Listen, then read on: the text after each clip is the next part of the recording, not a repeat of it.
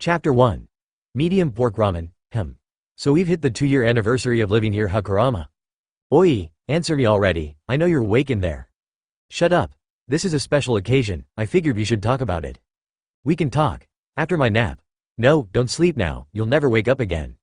Seriously, and here I thought that I can close the shop for a day and spend some quality time with you, you overgrown lazy bag of fuzz. Well then. How about you carry the weight of our combined existence for a change? I would gladly accept that challenge, but I need to open up the shop. Ungrateful bra. Z's. Seriously, you were awake for like 5 minutes. It was a good thing that Naruto opens his ramen shop early, or else he would have had to receive many questioning stares coming his way for his one-man act while he sweeps his shop's front entrance. Then again, the reason he opens early is exactly because he receives weird looks already. The lady next door is still sending him pitying glances whenever he greets her, not for his one-man act, but for other reasons. Damn middle-aged gossiping old hag. I know it's you who's been spreading the rumors of me escaping an insanity asylum. It's not my fault I have a telepathic connection with a disembodied demonic beast who I befriended during a war against 2 guys and a rabbit god. Des. Huh. Maybe the old hag is onto something. Shut up already, stop reading my thoughts then. We're connected by Z's, Kurama, buddy, you there? Naruto glances down to his stomach where the seal for Kurama's home resides. Hearing no answer except for a light snoring sound, the blonde teen sighs to himself and flips over the open sign before walking into his ramen shop. Looks like it's one of those days again. It has been roughly 2 years since Naruto awoken in the middle of the forest west of Japan's capital, Tokyo. He had no idea how he got there or how long he's been laying there, but by the time he got to his feet, the sky was pitch black. Not seeing any of the stars or even a moon to guide him, the blonde climbed a random tree and tried to recollect himself. He remembered the sealing of Kaguya Otsutsuki with the help of his teammates and the beasts. He remembered Sasuke's harebrained scheme for obtaining ultimate peace. He slightly recalled the battle that took place where he gloriously, without a doubt, kicked some sense into Sasuke's ass. Red as barely remembers getting punched in the face and retaliating, but anything afterwards escaped the blonde. Try as he might, he could not seem to conjure up any memory of the events after he blacked out. After 10 minutes of him sitting cross-legged with arms folded under each other and face scrunched up in concentration on a tree branch, a little light bulb appeared on top of his head and smashed itself into his skull. He was knocked out of his thinking and literally fell into his mindscape. In front of him was the gate of Kurama's prison, and the same light bulb that smashed him earlier appeared again and dinged, before disappearing.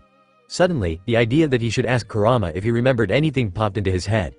Completely ignoring the metaphorical violence happening to him like a good main character that he is, Naruto walked past the gates of the prison and roamed into the cell.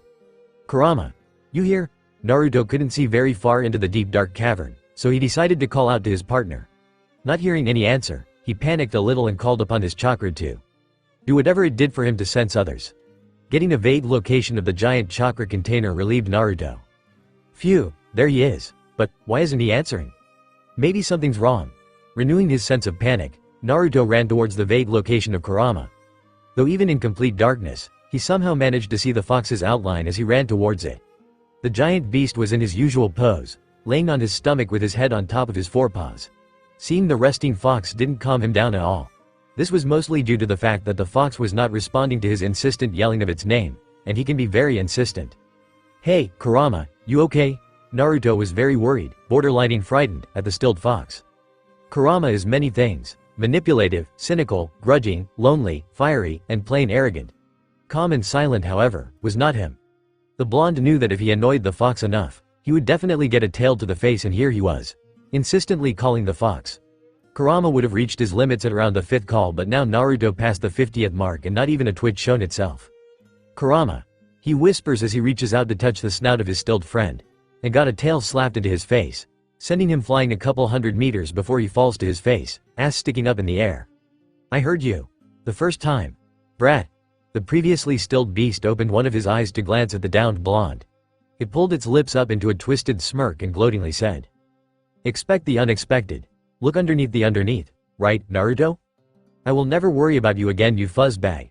Not bothering to lift up his face, Naruto begins to push his body back towards the still lying fox. He didn't need to look up to know the fox is wearing the dance smirk. Though he had said he wouldn't worry, in the end he still noticed how tired Kurama sounded and deemed it important enough to ask. Why do you sound so tired anyway? I thought you were the invincible Kyuubi-sama that wouldn't tire even after terrorizing an army of kittens. We're not in the elemental nations anymore, Naruto. The fox broke in before Naruto could start another of his tirades. Kaguya. Managed to bite us in the ass even after kicking the bucket. An external dimensional rift was purposely left open. We fell straight into it. I have no idea where we are. Just that we're not in the elemental nations anymore. Naruto was shocked. Kagaya still managed to screw him over even now. Sheesh, how persistent is that woman? Well, it's not like he has to worry, he'll just wait here for Kakashi-sensei to use that space jutsu of his. Which he needs the Sharingan to use, and said Sharingan is gone, dang. You mean? No way back. Sorry Naruto. I'm tired, I leave the rest to you. But, why are you so tired, Kurama? Not completely accepting his current predicament, Naruto looked for something to grasp onto, and what he managed was the worry he had for his partner. We are not residents of this plane. It will take a while for it to accept us. Until then, it will try to deport us. I will anchor is here, so that we won't get deported. Don't do anything stupid. I won't be able to drag you out this time. Good luck, Naruto. The smirk that the fox had before turned into a compassionate smile as he closes his eyes once more and stilled, just like how Naruto had found him. Naruto stood before the resting fox, mouth agape, trying to redirect his thoughts to something. In the end, he just sat on the branch, eyes dazed while looking in the sky at nothing in particular. Naruto chuckled at the memory of what had happened on his first night in this world. Looking back at it, he felt that he could have done better than sitting on a branch for 10 hours straight before getting hungry and stumbling into civilization. Wow, I was so lost back then. Stopping a robber to ask him for some help, having the cops catch up to said robber, fighting off said cops to help said robber, getting arrested by said cops for helping said robber, and finally having to wake Kurama up to help bail him out of said arrest by said cops for helping said robber was the first line of events that happened an hour within him fumbling his way into town. On the plus side, he found out that, apparently, Kurama knows how to use genjutsu. Coming from TKS of Bijudama is the answer to everything. That was honestly unexpected. I could have handled it better. Naruto suddenly remembers a scene of him punching a cop in the face for holding down the robber. Could have totally done way better. Another scene of Naruto being tackled down by a group of policemen flashes in his mind.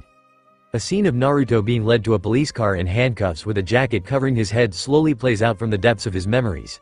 He clearly remembers a pair of mother and child who stood in the backgrounds. The mother was covering the child's eyes as he pointed towards the arrested Naruto. Alright already, I get it, I'm helpless without you. You bag of fuzz. The blonde screams aloud while tilting his body backwards.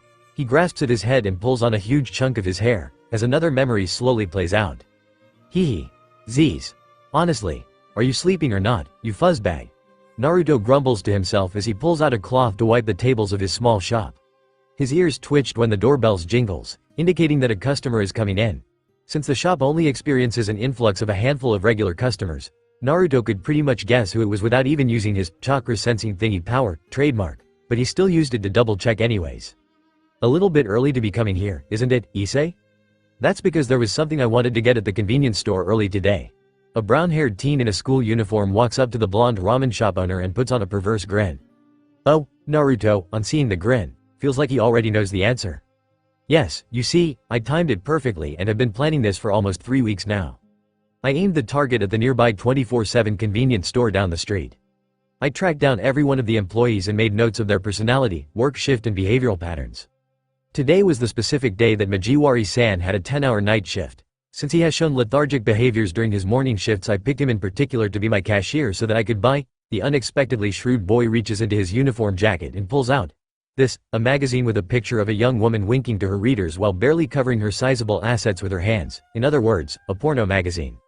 Yup, called it Oppai Heaven Deluxe Edition. I've been gunning this down ever since it first appeared in that convenience store. After so long, I finally get to hold it and call it mine. The teen begins cradling the magazine like it was his own child while shedding tears of joy.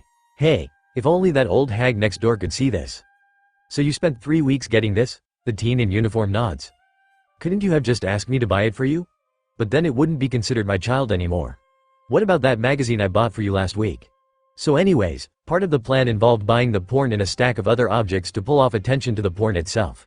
Here, I bought this one for you. The uniformed teen, seeing that he was on a losing battle, straightens his back and puts the magazine away only to pull out a game package that he hands to Naruto. The blonde wordlessly takes the game package and looks down at the cover.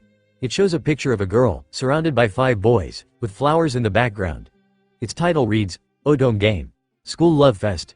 Capture all the boys. Naruto proceeds to look back up at Issei with a stoic expression as if to silently say, "The hell, man?" Yes, that's exactly the look the cashier gave me. He completely ignored everything else I bought afterwards. I said I was buying it for a friend and well, here you go. Issei grins and gives Naruto the good guy pose, completed with a thumbs up and shining teeth. A cartoonish red vein pops out of Naruto's forehead as he throws the game back towards the teen. The first time Naruto met Hyodo Issei was when the boy walked into his shop a week after its opening with a rubber ducky comically riding on the glowing red bump in his hair. The teen proceeded to drag himself towards one of the empty tables. Nearly the whole shop was empty with one or two stragglers hanging out in the shop, watching the television and passing time with a cup of coffee, ordering a medium pork ramen. The brunette proceeded to slouch on the table, face meeting wood. The brunette stayed like that for another 2 or 3 hours, only getting up to eat the ramen that Naruto brought, with Naruto sitting at the same table changing the channels on his television to find something fun to watch. Stopping the switch at a comedy channel, the blonde slouched into his chair as well and accompanied the brunette in silence. After a while, the boy turned his head towards the ramen chef and asked with a sullen face. Hey, if a man were to see a hole in a bathhouse wall that leads towards the women's side, it would be his duty to peep at it, right? Eccentric people is what makes the world go around. Let it be known that Uzumaki Naruto, under most non-life-threatening circumstances, is a lousy source of knowledge to take advice from. Changing the views of a tyrannical god-complexed warlord. Why not? Changing the judgment of a man who has lost all hopes for humanity and thinks that everything will be better if he illusioned the crap out of the world. Sure, knocking some sense into his best friend who lost his marbles somewhere between back then and then. Every other week. Cheering up a hormonal teenager who currently looks like his whole viewpoint on the world is on the line. Kurama-sama, a little help? Thankfully, the brunette managed to draw up a conclusion to his problem. He paid Naruto for the meal and left with a wistful smile. The second time Naruto met Hyodo Issei was when the boy dragged himself into the shop 2 days after the first time. He still had a comical red bump in his head as well. Ordering up a medium pork ramen again, the boy slouched at the table he sat in the last time. This time though, the brunette opened right up when Naruto accompanied him at the table. Apparently, the red bump was from a failed attempt to slip at a maid cafe and sneak a peek under one of the maid's miniskirt. Issei laughed at his failure and proceeded to pull out a notebook and show Naruto some perverse plans he has in store for future uses. Naruto chuckled at the teen's antics and Kurama, who was conveniently awake at the time, whispered, "Oh gods, it's like that Toad man all over again." The third time Naruto met Hyodo Issei was 2 days after the second meeting. Issei walked into the shop without any injuries and asked Naruto if he had a PFP game system. Naruto asked why and Issei said, "So that I can play it here. Playing it at home is very nerve-wracking because mom could walk in at any time." By this point, Naruto knew why it was nerve-wracking if he wants to play his game at home, but he pointed out that he only had one television to hook the game system up to and it was the one in the shop. Issei, in all his gloriously stupid innocence, walked up to the straggler that seems to like to hang out in the ramen shop drinking coffee and asked if he minded if Issei played his game here. In the end, Issei, Naruto and the straggler named Dirtaerg or something, Issei and Naruto decided to call him Dirt, played the dating simulation together. They managed to somehow unlocked and completed one of the secret routes that were surprisingly tear-jerking and emotional. Dirt left the ramen shop in tears, saying that he's off to go buy the game for himself. Issei left afterward but not before getting a promise out of Naruto that he won't play the game while Issei isn't around. Naruto closed down the shop and started playing it anyways. Kurama helped out a bit and somehow discovered the super secret hidden Easter egg for unlocking the Kitsune route. They pulled an all-nighter finishing that route. It was very touching. Kurama, the previous embodiment of fear and evil. Issei ended up being a regular to Naruto's ramen shack after coming at an average of 3 or 4 times a week. He always orders a medium pork ramen and asks a random goofy request. Naruto, for reasons he doesn't really understand, complied with most of those requests. Whether it was giving advice on perverse plans to buying a specific game or magazine, Naruto never could have said no to his perverted friend. "Friend. So what game is it this time?" A patron walks into the empty ramen shops with a cup of coffee in hand. He sees the owner setting up a gaming console in the middle of the shop and asks this while he takes a sip of his coffee. "Hey, Dirt, we're planning on playing an Otone game that I brought for Naruto." Poking his head out from behind the kitchen's door, Issei greets the man. "Oi Issei, don't just make your own ramen like that. It's my shop, not a snack bar. And you, Dirt, order some ramen or something, stop drinking coffee, damn it."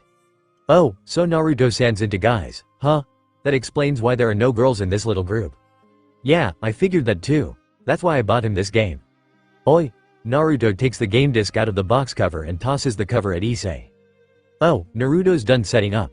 Let's play." Issei ducks under the thrown item and starts eating the bowl of ramen in his hand as he walks out the kitchen.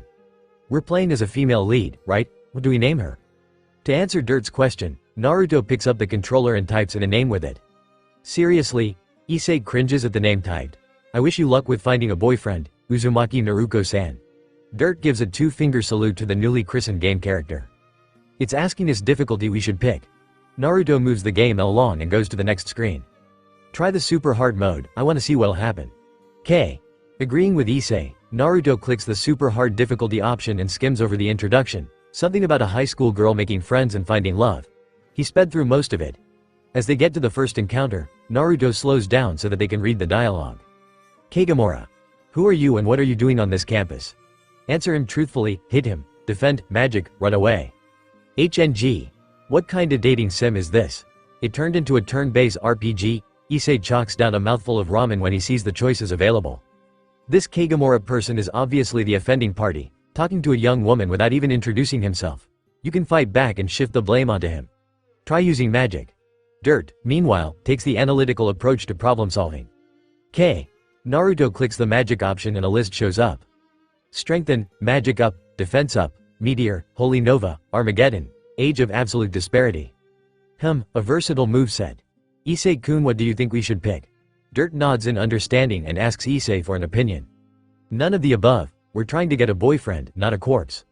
This Kagemura person might like strong girls. If he survives, we might unexpectedly get some benefits. Might survive isn't good either, pissed, Naruto, there's a few pixels off on the bottom right. It might be a secret option. Pick that. While Dirt and Issei, Naruto hears Kurama whisper this to him. Naruto squints his eyes to see the pixels that Kurama was talking about and after spotting them, moves his cursor to navigate towards the secret option and click up. Oh, as expected of a ramen chef to have eyes for details, you found a secret option without even trying. The screen flashes red and when the scene is shown again, Kagemura is on the floor with a sword stabbed in his stomach. Kagemura. Ku, so you have bested me. Well, it's not like I was that important anyways. I've already accomplished my job. Now, the queen knows you're here. She has conquered the hearts of all the boys in this school already. You won't be able to beat her. Mission update.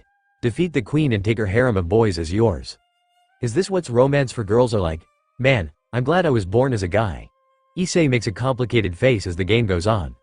We're finally at the final boss. After a few hours of gaming, Naruto mutters this in exasperation. How the hell did we manage to save the earth twice already and still not have reached the final boss beforehand?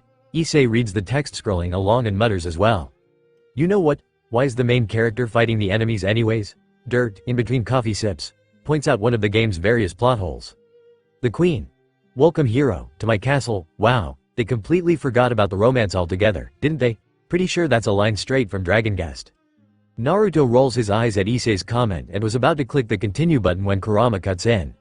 Naruto. My gamer senses are tingling. There is a secret route incoming. The queen. But before we fight, what flavor of ice cream do you like? A long list of options pops up on the screen. I'm getting a feeling that the main character is into coffee flavor ice cream.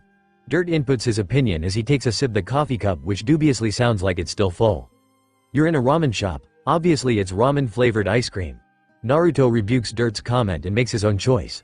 He continues to scroll through the options to find his choice. Do they even make that? Issei asks this with a bit of confusion. It's something I've been working on. Naruto pauses in his quest to find the option of ramen ice cream to say this. He points at a tub of orange ice cream in Dirt's hand. It's that one. Though not as flavorful as coffee ice cream. This is still surprisingly good. The middle-aged man takes bite out of the blank ice cream box. Wait a minute, when'd you get that? Issei looks down from the box of ice cream up to Dirt. You didn't go into the kitchen, right? It was on the table the whole time. Didn't you get it when you made your ramen? Dirt blinks and looks owlishly back at Issei. No, I didn't even know that was a thing. Naruto? Issei turns his gaze to Naruto. I've been playing the whole time. Naruto waves the controller in his hand as he returns looks back at Dirt and Issei. The queen. Oh, that was me. I got hungry while waiting for the hero to arrive, so I sneaked a bite. I apologize for not saying so beforehand but I felt like that would have broken your immersion. It was quite flavorful, Chef-san. I have added it as a flavor in the options down at the bottom of the list. Naruto, Issei, and Dirt stare at the television. The queen. Oh, shoot, did I break the immersion? Sorry, let me get back to the story. Ahem. So, hero, answer the question or die. What will it be? I heard that too much gaming is bad for your head. Let's go for a walk instead. I agree. I also need to get a fresh pot of coffee. There's a new cafe down the street. I heard they had a really good parfait special in red bean soup. I also need to scope out their lunch competition. Oh, you mean the one with the cute waiters? Let's go? Guess I'll tag along. I wonder what their coffee is like. Pan, Naruto, Dirt, and Issei leave to go to the cafe that Naruto brought up. The queen. Hello? Are you still there? Hello. Please don't leave like that. At least save and turn me off. Hello, Moo. The queen, seeing that they left for real, calls out to them in the off chance that they might turn around. After seeing that they aren't, she starts pouting before she grabs the game's cursor to use it and hit the save button on the screen. A moment later, a figure climbs out of the game system and turns off the television. Naruto came home to interesting news after parting with Dirt and Issei. So you're saying that you're a yokai? He asks a 1-foot-tall silver-haired girl with metallic wings and a halo that's more like a game disc. Yes, I am a Tsukumagami of the game, School Love Fest. That you? The 1-foot-tall fairy? Monster? Yokai? Said with pride as she sat on her knees. Didn't the legend say that you're supposed to be 100-year-old? He asks as he points at the Wikipedia page he pulled up on his phone screen. Ah, yes, that is a long story. Usually, that is the case, but my circumstances are special. She pauses and looks at Naruto to silently ask if he wants to hear it. Seeing as he had nothing better to do, Naruto sat on one of the shop's chair and gestured the girl to continue. Please make yourself comfortable before I begin my story. She pauses again when Naruto slouched into his chair and pulled out a box of ramen ice cream. You see, the game, School Love Fest, is a spin-off series to the original game, Love School Fest, a popular dating simulation series. Originally, the manufacturer wanted to aim for the female side of gaming populace while still keeping some of the manliness for the main character. Due to the head programmer's addiction to the F***null fantasy series, he based the spin-off series off of that. For some reason, the manufacturers accepted the idea and began producing the first 100 copies. The Yokai game paused in order to prepare herself for the tragedy she'll have to relive. They finished the production of the first 100 batches of School Love Fest before they got the results from their free trials. The results were less than favorable. Most reviewers left after the first 10 minutes. If the game had gone out then the reviews, based off the trial run, would have ruined the company's reputation. The project was scrapped. The 100 copies were to be scrapped and all data of the project were to be wiped. I was lucky to have been misplaced, though not so lucky as to have been far away when my siblings were scrapped. One by one. They were thrown into the chute. Torn to pieces. Destroyed beyond all comprehension. From number 1 to number 99, they were scrapped. She stopped herself to take a calming breath. Naruto sat there with a straightened back, the box of ramen ice cream put away in order to show respect for the seriousness. Honestly, this was not what he was expecting. Being the last member of my siblings, I decided to fulfill the task that I was made for, in order to honor my siblings' memories. After such a long year, a boy finally bought me. I was finally used. And you looked past the flaw of my programming. The three of you continued to play with me even when the others left after 10 minutes. You allowed me to fulfill my purpose. I was happy. No, I was beyond happy. I fulfilled the wish to my siblings. At that moment, I and the 99 souls felt contentment, and me, the Tsukumagami of the game, School Love Fest, was born. For giving me my dearest wish, I thank you. Master. The little fairy kowtowed to the blonde. She held that position for several seconds before sitting back up again. She continued to sit there with a stoic face and stared at Naruto. It took him a couple of minutes to figure out that she was waiting for his judgment. Uzumaki Naruto, ramen chef extraordinaire, the proud owner of Uzumaki Ramen. Stay as long as you'd like. Though it seemed redundant, he stood up and offered a hand for the small fairy to shake. Matsuri, Tsukumagami of the game, School Love Fest, proud yokai of Uzumaki Naruto. Please take care of me. She gave another low bow before taking his ring finger and middle finger into her hands and shook it. Matsuri, can you carry this to table 7? Naruto puts a large bowl of ramen onto the counter that separates the kitchen and the dining hall. Of course, Naruto-sama. Matsuri walks by and takes the bowl while leaving another 2 script of food orders before she quickly paces towards the indicated table for the bowl. Can I get a refill on the pork ramen over here? Of course, sir. As she is walking by, another customer calls out to her, causing her to pause and jot down the order to pass to Naruto. Naruto-sama, another large pork ramen for table 5. Yeah, got it, Naruto yells out as he makes another bowl. Upon ladling the broth, he notices something very wrong. Why's everyone eating so much? If this keeps up, there won't be enough for me anymore. As he goes to pass off the bowl of refill to Matsuri, he whispers urgently to her. Matsuri, close down the shop now. It's the only way to safeguard whatever ramen we have left. It's only lunch hour, Naruto-sama. The crowd will calm down soon enough. If you want, I could make some more for you after work. Matsuri, taking the blonde's order in stride, smiles at Naruto, gives a calm reply and then leaves to refill some drinks and clear up the vacated tables for the next group of customers. Damn ungrateful customers. When I was the chef and waiter, nobody came, but when Matsuri took over, everybody comes. Damn source of income. Stealing all my food. Naruto wistfully stares the large pots of ramen broth that only has roughly a quarter left for each flavor. His heart aches at how empty it is. Naruto-sama, one large beef ramen with an extra hard-boiled egg slice. As he does so, Matsuri passes by with another stack of orders in hand. Seeing it brought tears to Naruto's eyes. Sob. Later that day, yo Naruto, can you get me a pork ramen? Issei opens the front entrance to the ramen shop and walks in. Immediately, he jumps to the side, narrowly missing a flying cleaver as it embeds itself into the wall that he had stood in front of a scant moment ago. We're close, you parasital source of incomes. Get out, leave my ramen alone. Naruto struggles vainly against Matsuri's armbar hold as he tries to throw another knife in his hand. Calm down, Naruto-sama. The customers are gone now, it's just Issei-san. I'll make you a new batch of ramen. Okay, please calm down. While she holds back the rampaging blonde, Matsuri whispers calming words to Naruto. Dirt. Explanations. Issei crawls over to the table he usually sits at and looks at Dirt, who's sipping on his coffee and ignoring the drama unfolding in favor of the comedy channel on the television. Oh Issei-kun, you missed the best part. You should have seen it happen when Naruto-san chased off a pair of customers with a ladle. Matsuri-san intervened at the nick of time. Dirt looks down to see the brunette and chuckles. He points at a ladle embedded to the wall of the shop and then at Naruto, who's in a fetal position now, chanting for ramen, and Matsuri, who's trying to get Naruto to stand up. Okay, I'm going to need some more details than that, old man. Seeing Naruto away from any sharp objects and projectiles, Issei decides that it's safe to sit down at the usual table now. Well, that little silver-haired lady over there, Dirt points at the Naruto and Matsuri pair, is named Matsuri. From what I've seen from earlier at lunch, she's a new employee. Apparently, she's also the new cook too. From what you've seen, you don't know then, how'd you figure that out? The food isn't subpar anymore. I personally ate 2 bowls myself. Whoa, I've gotta try that. I can't believe you actually ate anything from here. Issei stares wide-eyed in disbelief at Dirt and his constant coffee cup. He turns back towards the drama pair and asks, so what happened to Naruto? Withdrawal symptoms. Withdrawal symptoms, yes. You know how his usual business goes? 3 or 4 customers a day, including us. Issei considers the question a second before saying this with a bit of certainty. Matsuri-san over there decoupled that in an hour at lunch rush. 10 times. Issei's eyes widens again as he takes a new look at the girl who's talking to the downed Naruto. Yes, so you'd figure that the ramen stop would be next to non-existent right now. But what does that have to do with Naruto? Shouldn't he be glad that he got more customers? Issei focuses on the shivering blonde huddling in the corner of the room. He's stopped muttering to himself and is now shaking like a leaf. Matsuri puts a blanket over him and rushes in the kitchen. What's Naruto having withdrawals from? Issei-kun, do you know what Naruto-san normally does with his leftover stocks? No, Issei looks at Dirt questionably.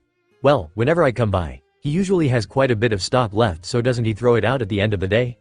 No, he usually eats it all. I know, I was invited to dinner once. But that's like 6 pot full of ramen broth. Issei did some quick calculations in his head and got a shocking answer.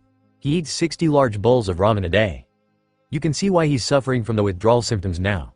Dirt stands up and walks towards the kitchen. Come on, we should help Matsuri-san cook Naruto-san some ramen.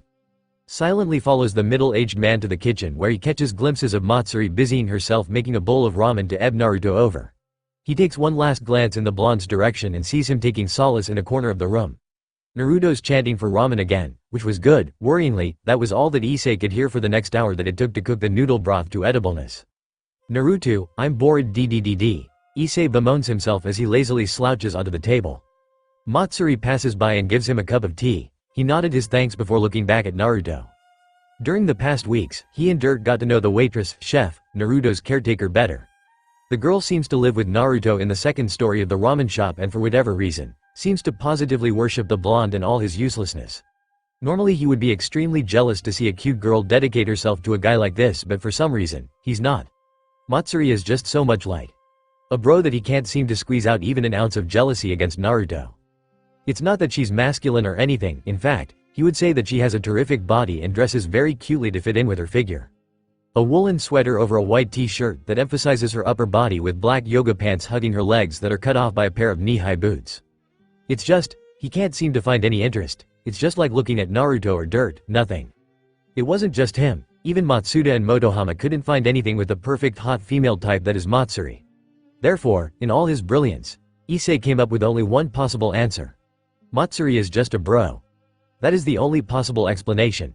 Whether this implies that Matsuri is secretly a dude or that she's just really cool with guys is up for debate. Issei is not complaining about not knowing, so is Dirt. Anyways, back to the current problem. Issei, I never really bothered to ask, but don't you have homework or something? You come here practically every day and yet I never see you doing any schoolwork. Naruto paused his dating sim to approach Issei about his studies. Now that Naruto-san mentions it, Issei-kun, how is your schoolwork? Dirt seems to also be taking an interest since Naruto stopped playing his game. I do so and so, I guess. Suddenly, Issei kind of wishes that Naruto would get back to his gaming. Shouldn't he be working right now? So and so, huh? Matsuri? Naruto squints his eyes in suspicion and snaps his fingers. Matsuri immediately pulls out a piece of paper from the inside sleeve of her sweater. When did she even get that? Yes, Naruto-sama. Hyodo Issei, sex male, age 16, height 5 feet 6, weight 61 kg, grades. Japanese, 54. English, 46, social studies, 51, mathematics, 60, science, 58, special notes. Has been sent to detention on more than one occasion for being caught peeping during and before lunch break in the female dressing rooms. Dreams and aspirations. I want to become a harem king. Matsuri dutifully reads the sheet in her hand and even went as far as to accentuate the exclamation mark at the end of Kane. Issei pales the minute she got to grade, and by the time she finished, he was giving her the hell man look that Naruto usually gives him. She sees the look and answered back with her, anything for Naruto-sama. Smile. Where'd she even gets that kind of information? Has Naruto been stalking him the whole time? And even if he had, how'd he figures to keep that piece on him, through Matsuri, today? Has he been compromised? Was Naruto's ramen spiked the whole time to brainwash him? I read as Matsuri went and asked your teacher yesterday when I got curious. Naruto cuts off Issei's train of thought before he could continue. Dirt has brought it to my attention that I've been a bad influence by letting you stay here to goof off every day. Issei's glare at Matsuri did a 180 and turned onto Dirt. The middle-aged man suddenly picked up an interest in Naruto's dating sim and started playing it himself while Naruto gives Issei a reproaching look. Well, what about you? You're so lazy, I bet you didn't do any work when you were in school either. Trying to shift the topic, Issei moved on to Naruto's educational life. The blonde has stated outright that he's only 2 years older than Issei, yet he's opened up the ramen shop last year. Chronologically speaking, that would suggest that Naruto dropped out of high school in order to work. Yes, I never did like school. That's why I worked hard to graduate at 12. Naruto coolly replies with a completely straight face. It doesn't seem like he's lying either. Seriously, graduated at 12? Wouldn't that make him some sort of super genius? Why is he working at a ramen shop then? Gay. What about Dirt over there? He never seems to be doing anything except for hanging around H. Issei was cut off mid-tirade when Dirt readily pulls out a small book from his well-worn suit and opened it up to a specific page for Naruto, Matsuri, and Issei to read. There were some numbers and words that Issei couldn't make sense of, but Naruto seemed to understand as he looks at Dirt in disbelief. You make 100 million yen a month? Buy some ramen with some of that money then, you cheapo? What, Dirt makes what? Seriously? Is this some joke? Yes, this is definitely an authentic balance book from the Saitama Resina Bank that seems to be well used. Naruto-sama uses the same bank, so I would know its legitimacy. This does indeed prove that Dirt-san makes quite a sum. Matsuri confirms Naruto's outburst after leaning forward and analyzing the book. Damn Dirt and his cocky smile. How Issei wishes he could wipe it off. Well then, there you go, Issei-kun. Good luck with your education. Seriously, Dirt, damn you. If you need any help, ask Matsuri. I expect you to finish all your schoolwork today or you're not going home. Damn lazy genius blonde ex-ramen chef, get back to your porn game. Try your best, Issei-kun. Whoa, Matsuri, she's such a bro. Why can't he feel anything for her, damn it? Issei ended up having a sleepover at Naruto's house due to the fact that he was very behind on his schoolwork. Who knew the lazy blonde was so strict, geez. Ding dong knock knock knock asterisk pata pata pata pata asterisk. What the hell was that? Naruto jolts awake at the sound of his doorbell ringing. We don't even have a doorbell. A mailman perhaps? Matsuri, in her 1-foot-tall yukai form, flies off the pillow next to Naruto's futon and lands on Naruto's shoulder. At 3 in the morning? Who'd be awake at this kind of time? I am. You're too loud, Brad. Naruto-sama, who was that? I just heard a voice. Matsuri jolts up as well on Naruto's shoulders and looks around for the source of the deep and irritated-sounding voice. Oh, that's the disembodied lazy, giant, invisible nine-tailed fox that freeloads here. Don't worry about him. He's awake like 1% of the day. I am not lazy, Brad. It is just that our energy expenditure exceeds my own natural production capabilities, so I have to enter a meditative hibernation in order to mass produce as well as to conserve more energy, understood? Z's, sorry Mr. Disembodied, giant, invisible nine-tailed fox. NP after you said expenditure. K. Forget the ungrateful brat. I'm going back to sleep, and just call me Kurama, tinier brat. Yes, Mr. Kurama. Have a good rest, Z's.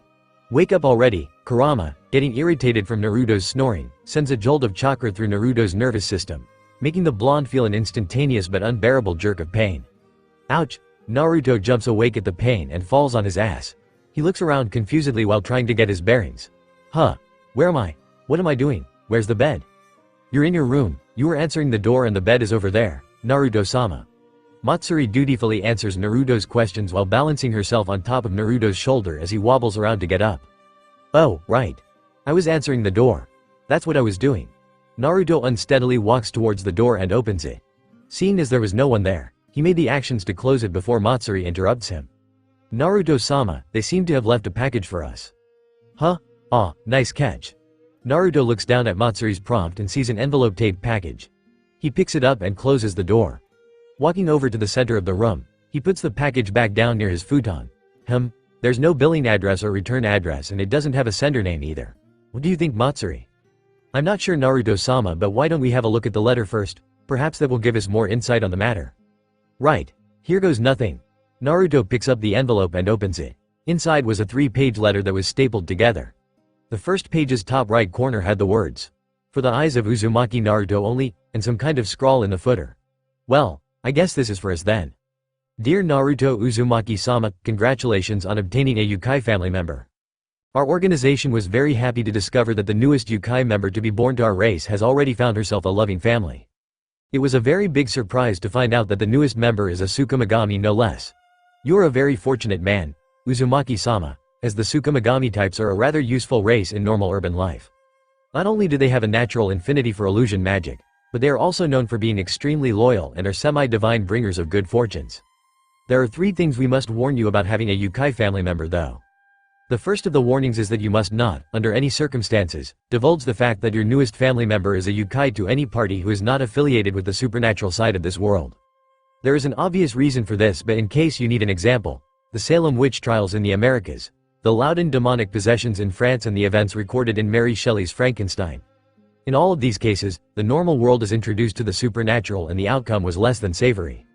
The second warning is that we ask you to not abuse your Tsukumagami's gifts to your own cause. There have been many times since this organization's founding where we've had to personally involve ourselves into the lives of other Yukai-owning families. None of those cases ended prettily. Please do not make use of your Tsukumagami's loyalty to do something she would regret. The third warning is that there are lurkers out there who will want to separate you from your family member. Though this is an uncommon occurrence, our organization would still like to take precautions. Inside the box that is to come with this letter is a stack of high-class Kekai seals made by the greatest seal masters in our organization. Please follow our instructions in the next page in order to set the protection and evil warding seals. Again, congratulations on your new Yukai family member. Please live a long and happy life. Sincerely, co-leader of the Japanese Yukai force, Kyuubi no Yusaka. You know, I should be very surprised right now, but I'm not feeling it. Maybe it's the lack of sleep. I'll worry about this tomorrow. Naruto looks through the other 2 pages to see that it was instructions on how to set up the barrier seals the letter talked about. He gives it a half-hearted read and tosses the letter onto the box. Afterwards, he crawls back into his futon and falls back to sleep while mumbling a short good night to Matsuri. Yes, good night, Naruto-sama. Matsuri flies off the pillow to organize the paper Naruto haphazardly threw. After she is done, she flies over to the door to relock it, the light switch to turn it off and Naruto's heater to turn on the heat to compensate for the temperature drop caused by the night air's chill. Once she was sure that everything was done, she flies back to the pillow that was settled besides Naruto's futon and drifts off to sleep as well. Naruto-sama, wake up. It's time to open the shop, Naruto-sama. The next morning, Matsuri, in her fully humanized form, tries to wake Naruto up after she finished the shop setup downstairs. URG, I don't want to work today. Let's just close the shop. We need to set up those barrier seals. Anyways, right? Naruto pulls up his blanket to cover his head and huddles up into his pillow. Very well, Naruto-sama. Hearing his order, Matsuri goes downstairs to turn the open sign in the front entrance back to the close one. She then goes over to the kitchen to clean up the day's business preparations and store them away. After everything is done, she walks back upstairs and kneels before the sleeping Naruto. Stares, stares. Stares. Alright. I'm awake already. Stop staring. Within a minute, Naruto throws off the blanket and jumps up to his feet. He hurries to the bathroom to get away from Matsuri's stare. Good morning, Naruto-sama. Matsuri smiles faintly before she goes downstairs to, again, bring out the preparations for the day. So what was I going to do again? You had plans on layering the house with the protective barrier seals, Naruto-sama. Right, that. Naruto opens the box and pulls out a package of flour. What is this for then? Salt, beef, pork, flour, eggs, and other ingredients. I think this is the necessities to making ramen from scratch. Matsuri crouches down to the box and unpacks the ingredients. At the end of it all, she pulls out another letter. There's another letter addressed to you, Naruto-sama. Let's read it then. Naruto takes the letter and rips the envelope open. Inside is another letter with the same scrawl in the footer. P.S. My scouts, whom I have sent to check up on you and your new family member, have also reported to me some grievous news. Since Tsukumagami-san appearance, it seems that your shop has experienced an influx of customers due to Tsukumagami-san's takeover as the chef. The scouts also held a random survey with the customers of the shop. It seems that the new chef is more preferred to than the old one. As a fellow cook and the head of my own family, I know how dishonorable it feels to be shown up by a new upstart but not being able to do anything about it. Therefore, I have devised a plan to help you improve. Within this letter is the super secret Kyuubi ramen recipe that has been in my family for countless generations. I trust that you will use it well. Good luck, Uzumaki Naruto. Sincerely, co-leader of the Japanese Yukai Force, Kyuubi no Yusaka. PPS I don't think you sucked ass, as my scouts have reported from their surveys. I will give them a scolding for having such a bias against your honorable personage. Please keep on preserving. Matsuri, open the kitchen. Didn't you want to close the shop today, Naruto-sama? No, I have to show up those ungrateful bastards I call customers. Naruto's eyes ignite with a fiery passion. Ding dong ding dong. Matsuda. Motohama. Don't leave me. Issei screams and reaches out to grab his two friends by their ankles before they could get too far away. Matsuda and Motohama, not expect drag them to hell as well, tripped when Issei managed to hold them back. Issei, you bastard. Let go and take one for the team. Matsuda in all his bald glory attempts to kick away Issei's hand even as he falls. It didn't accomplish much besides making Issei hold onto their ankle even tighter. Issei, hurry and let go. They'll be here any moment. Motohama struggles against Issei's clutch as the boy slowly pulls him and Matsuda back to where they tripped him. Kukukuku, consider this karma, my friends. If I go down, we all go down. Issei laughs maniacally as he holds tightly onto the ankles of his two perverted bastard friends. There they are, get them, girls. A group of angry girls rounded the corner to see the three perverts that they caught peeping on them. Justifiably angered, they chased down the perverts for being perverts and proceeded to stomp the ever-loving lights out of the miscreants. No, not the face, no, ouch, ouch, no, not down there, ah. Matsuda and Motohama scream out loud while Issei takes on his punishment laughing like a maniac. Kahajajajajajajajaj. Issei's class RINGGGGGGGGGG, safe. Issei jumps through the door of his classroom and rushes towards his seat. He unceremoniously tosses the two beaten corpses on his shoulder into the general direction of their seat. Now they can't say that he didn't care. After all, it was thanks to their sacrifice in easing the mob girls' anger that Issei himself escaped relatively unharmed. It might have also had something to do with the fact that he was laughing like a crazy hyena while the girls were stomping them, whichever worked. Sliding straight into his chair, he managed to pull off the same sitting positions as the rest of his classmates, sans Matsuda and Motohama, who are laying sprawl out on their desks. Matsuda in particular has his face on his chair and his ass sticking straight up, just as the teacher walks in. It is currently the period after lunch, so Issei had expected the strict yet friendly Tashio-sensei to come and teach math. However, instead of the usual balding 50-year-old man coming in with his little packets of worksheet, a beautiful blonde woman came walking in instead. She had on a tight-fitting suit on with an equally tight-fitting skirt covering dark brown stockings. Her golden blonde hair was put into a bun and she exuded a very mature aura. Normally, Matsuda, Motohama, and Issei would definitely jump up and shout it out, "Sexy teacher," while the class would either look at them in disgust or outright ignore them. This did not happen, however, as both Matsuda and Motohama are both out of action while Issei realized a very, very scary thing when the sexy teacher walked in and flashed him an almost unnoticeable glance and a knowing smirk. That sexy teacher is his friend. That sexy teacher is his friend whom he meets almost every day for the past year. That sexy teacher is his extremely lazy and ramen-addicted friend whom he knows does not have any cross-dressing hobbies. That sexy teacher was Naruto.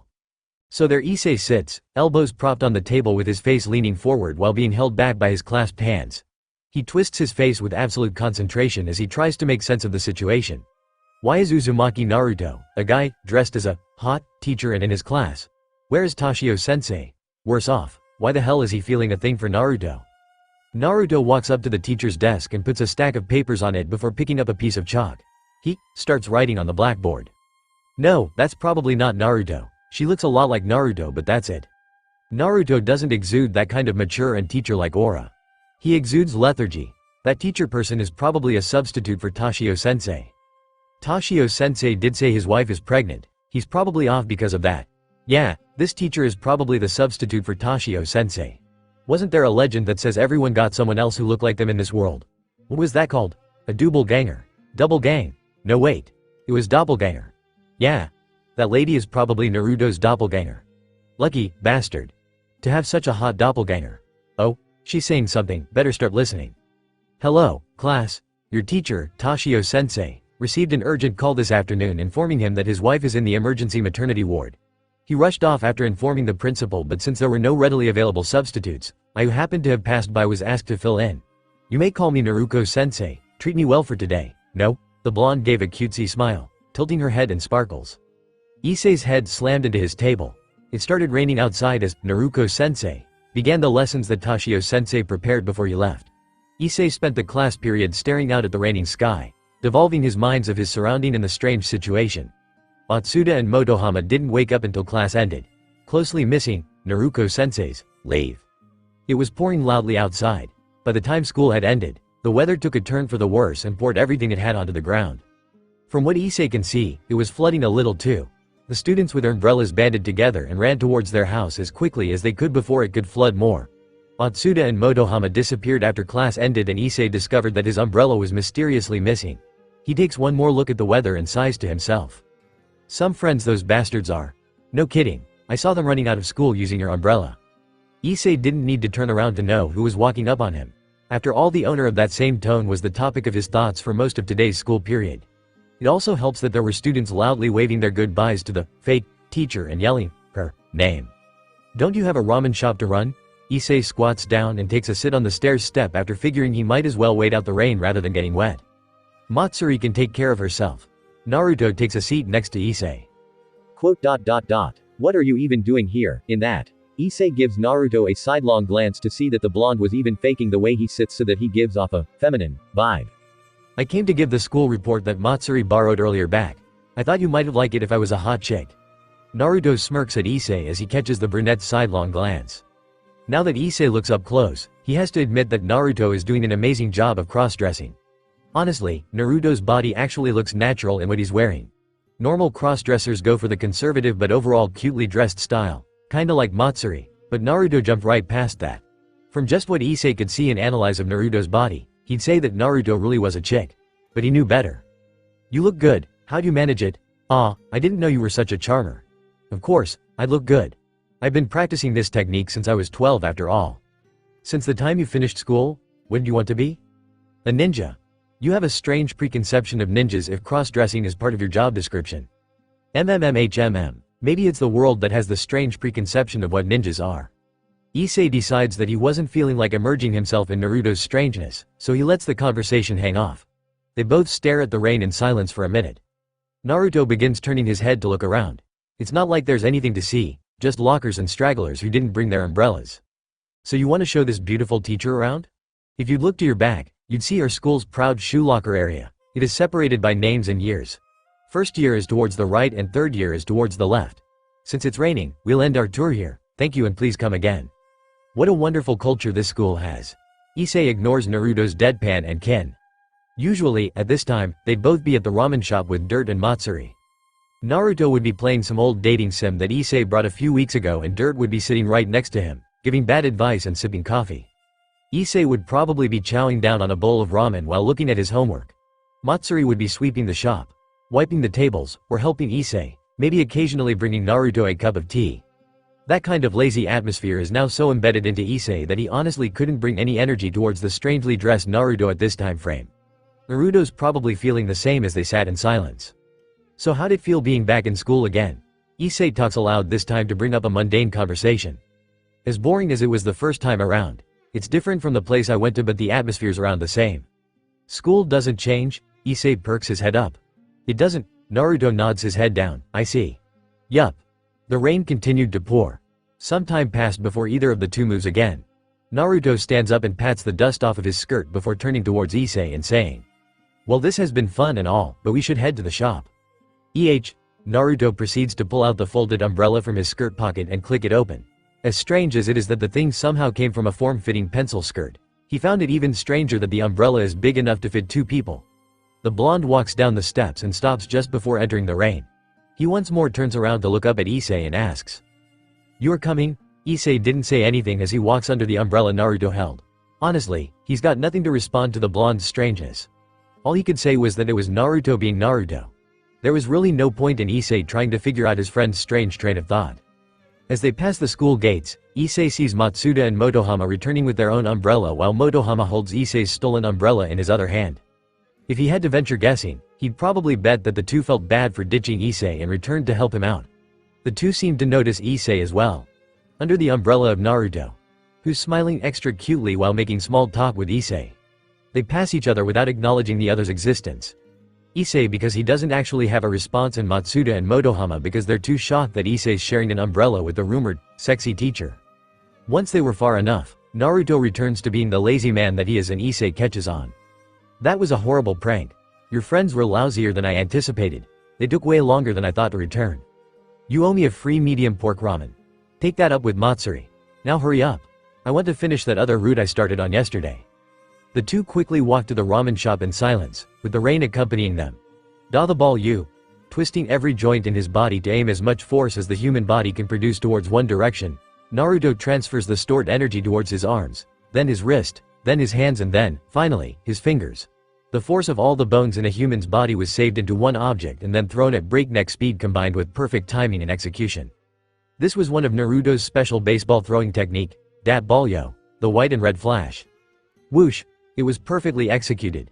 Naruto grins at himself as he watches the ball seemingly disappear from his hands, make a swishing sound, then impacted Issei, who was the catcher, and threw the boy a good meter backward. The kid didn't even know what had hit him. Even Dirt, who was the batter, widened his eyes in surprise by the ball's speed. Standing up straight while cracking his neck to add effects, he held out another baseball towards Dirt's and Issei's direction. He smirked at the pair of surprised faces, well, mostly Dirt's surprise face. Issei's still eating dirt from the last Dat Balyo, and coolly says, "Ready to lose, dear customers?" Dirt collects himself and squints his eye at Naruto. He returns Naruto's smirk with his own predatory grin while stating, "Bring it, crappy chef." Issei, who's still down, groaned in agony as he felt his left hand twist at an odd angle. "Earlier, okay. Add the powder just as it turns to 384 degrees and begins quickly stirring. Afterward, throw in the sensing sung and let it boil for approximately 0.02 milliseconds. And add the deep-fried boiled Hellion lizard newt." Naruto mumbles to himself as he slaves over his witch's cauldron. He has locked himself into the shop's kitchen for more than 8 hours now and has forbidden anyone, including Matsuri, from coming in. Soon I will defeat Matsuri and reclaim my rightful place. Kukukukuku. He chuckles to himself as he added more ingredients to his concoction. Matsuri felt another prickle of worry as she hears the latest bouts of giggles coming from her master. The silver-haired girl paces back and forth in front of the kitchen door as she intently tries to pick up any noise that implies that her master is in trouble.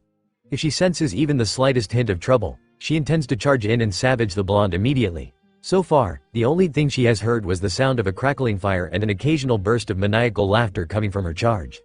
"Matsuri, just calm down. You don't have to worry about him, he's just doing his usual thing." Issei looks up from the newest dating sim he bought and was now playing. "Ah, but that's exactly the problem, Issei-kun.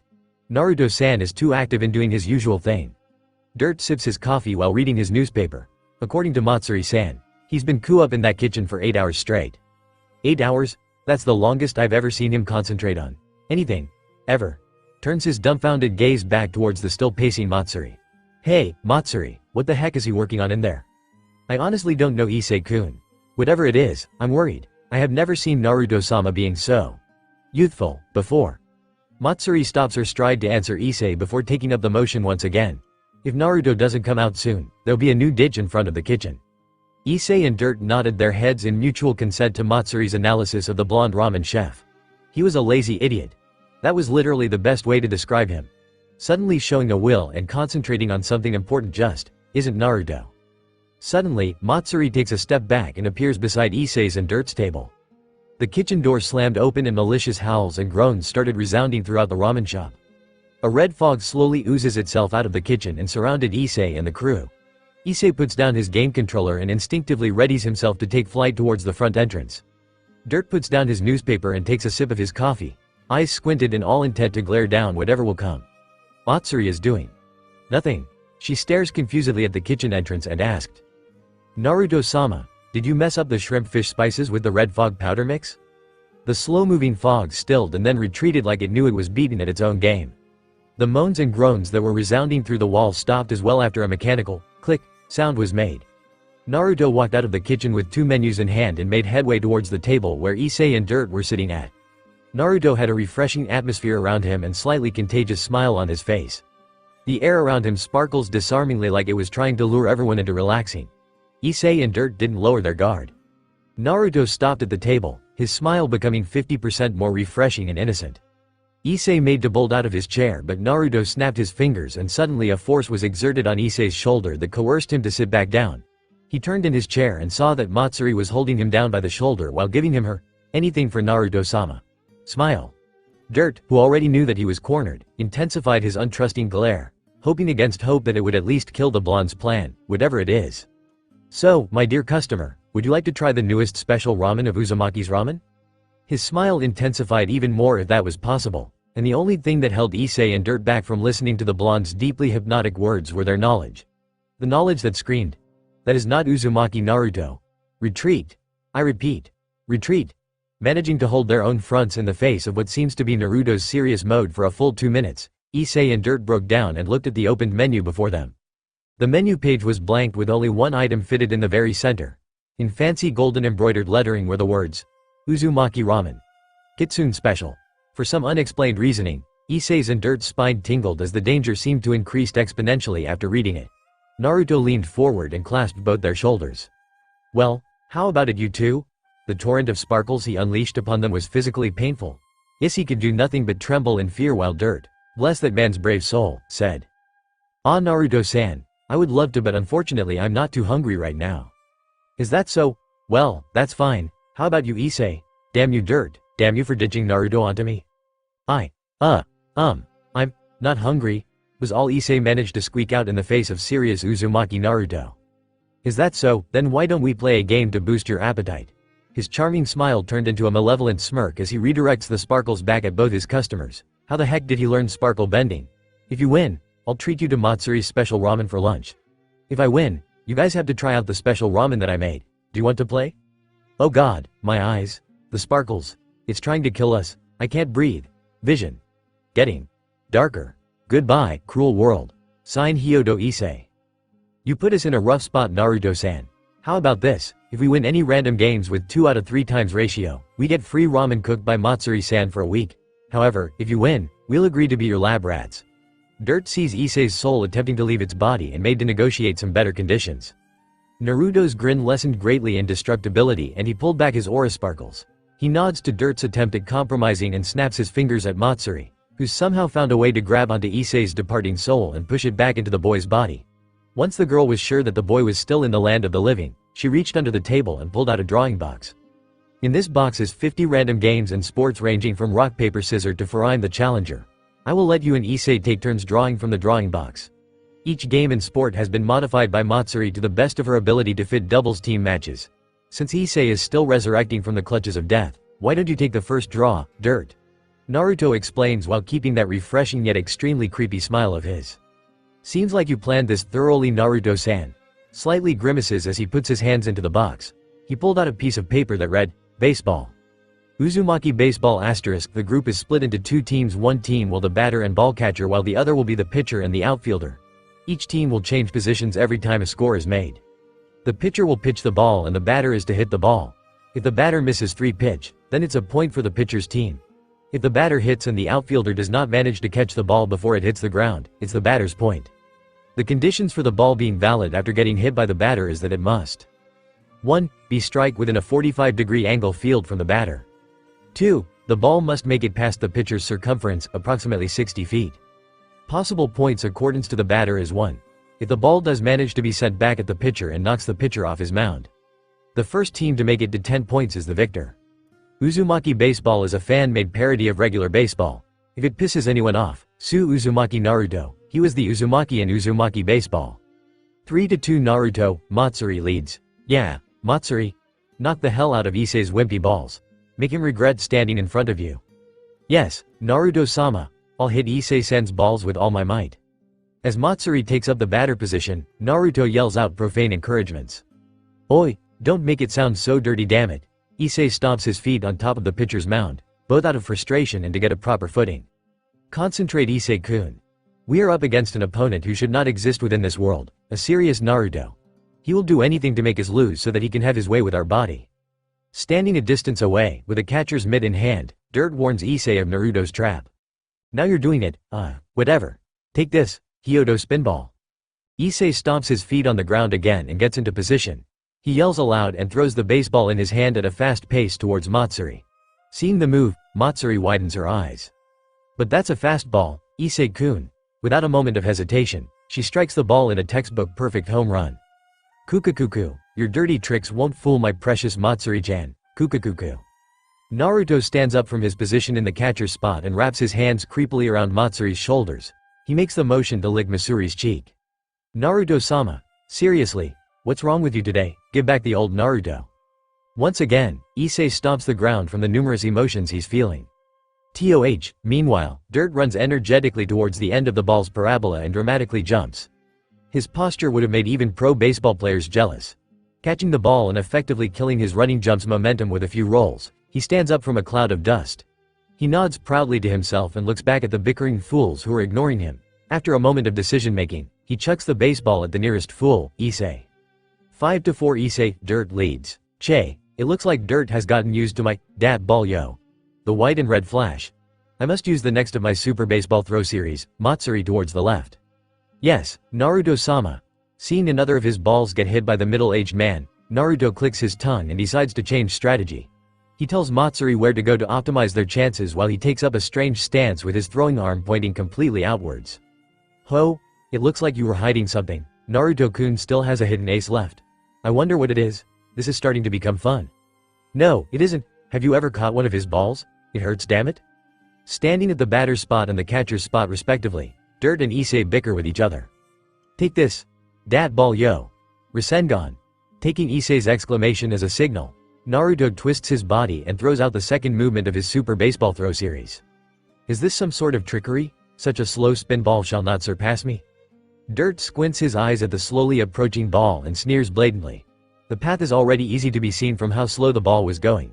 In comparison, the first move, a fastball, was more dangerous. He roars mightily and swings his bat to strike the ball with all his strength into the right side of Naruto. From the pitcher's mound, Naruto grins and whispers chillingly to himself. Boom. Dirt's eyes widen in alarm as the baseball bat in his hand starts bending at an odd angle while he strikes it against the ball. He tries holding it still and pushing it back against the ball's pressurized spinning motion, but the bat couldn't take it. After a moment of struggle, the bat gives in and explodes. The ball flies off towards where Matsuri had settled herself, due to Naruto's earlier recommendation. Tossing away his destroyed bat, Dirt glares down at Naruto. In return, the blonde smirks a wide vulpine grin at Dirt. Garg, it's in my eyes. There are splinters in my eyes. Meanwhile, Issei rolls around on the ground in pain. 9-9 tied game, Dirt batting. Last strike. You've been a great thorn in my way, Dirt, but this is it. Even if you have figured out a counter to my dat ball yo, the white and red flash, and dat ball yo, Rasengan, I still have one more hidden trump card, my original dat ball yo technique. Naruto declares this aloud as he puts his hands into a cross T symbol with the ball at the center. A worthy challenge. I accept, come at me with your full strength, Uzumaki Naruto. Dirt aims his bat at Naruto before getting into a batter's stance. There's more. What kind of ramen chef are you? Go join the freaking baseball league. Issei yells loudly to the blonde pitcher. Ignoring the brunette teen's cries, Naruto takes a deep breath and then throws his baseball. TOH, Dirt narrows his eyes to analyze the ball. Speed. Extremely fast. Spin. None. Tricks. None. What is Naruto-kun planning? Seeing nothing special about the ball, he swings his bat in timing with the predicted projectile of the ball thrown. As his bat was about to hit the ball, Naruto yells out the name of his third technique. Dat ball yo. Cage Bushin no baseball. Dirt widens his eyes in surprise as he catches the shadow of 9 other balls following the path behind the first ball. Because the swing was already made, He manages to hit the first ball but completely misses the other 9, which resulted in Issei getting swamped by baseballs going at breakneck speed. The man lowers his bat and pushes up his eyeglass so that it catches the sun's ray and cover his eyes. His mouth is twisted into a begrudging smile. I see. The rules never said the pitcher can only pitch 1 ball, just that the batter has to hit the pitcher's pitches. Well played, Naruto-san. Good game, Dirt, you were a great challenge. Naruto walks over to the man and reaches out his hand for a handshake. URG. Let's get you patched up, Issei-kun. Matsuri walks over to Issei's prone body and begins to patch him up with a roll of bandage and some cooling cream while Dirt and Naruto did their manly bonding thing in the background. Matsuri's such a bro. Damn it, paper rock scissor. Honestly, if you don't know this, you should be learning what it is instead of reading this. Also, search up the ultimate rock paper scissors chart. Now multiply that by 40. Paper rock scissors shoot. The group flashed their chosen hand forward. Naruto used the pure white cybernetic robot woman. Issei flashed the devil to be. Dirt got the nuke in disguise. So, who won? Issei asked out loud.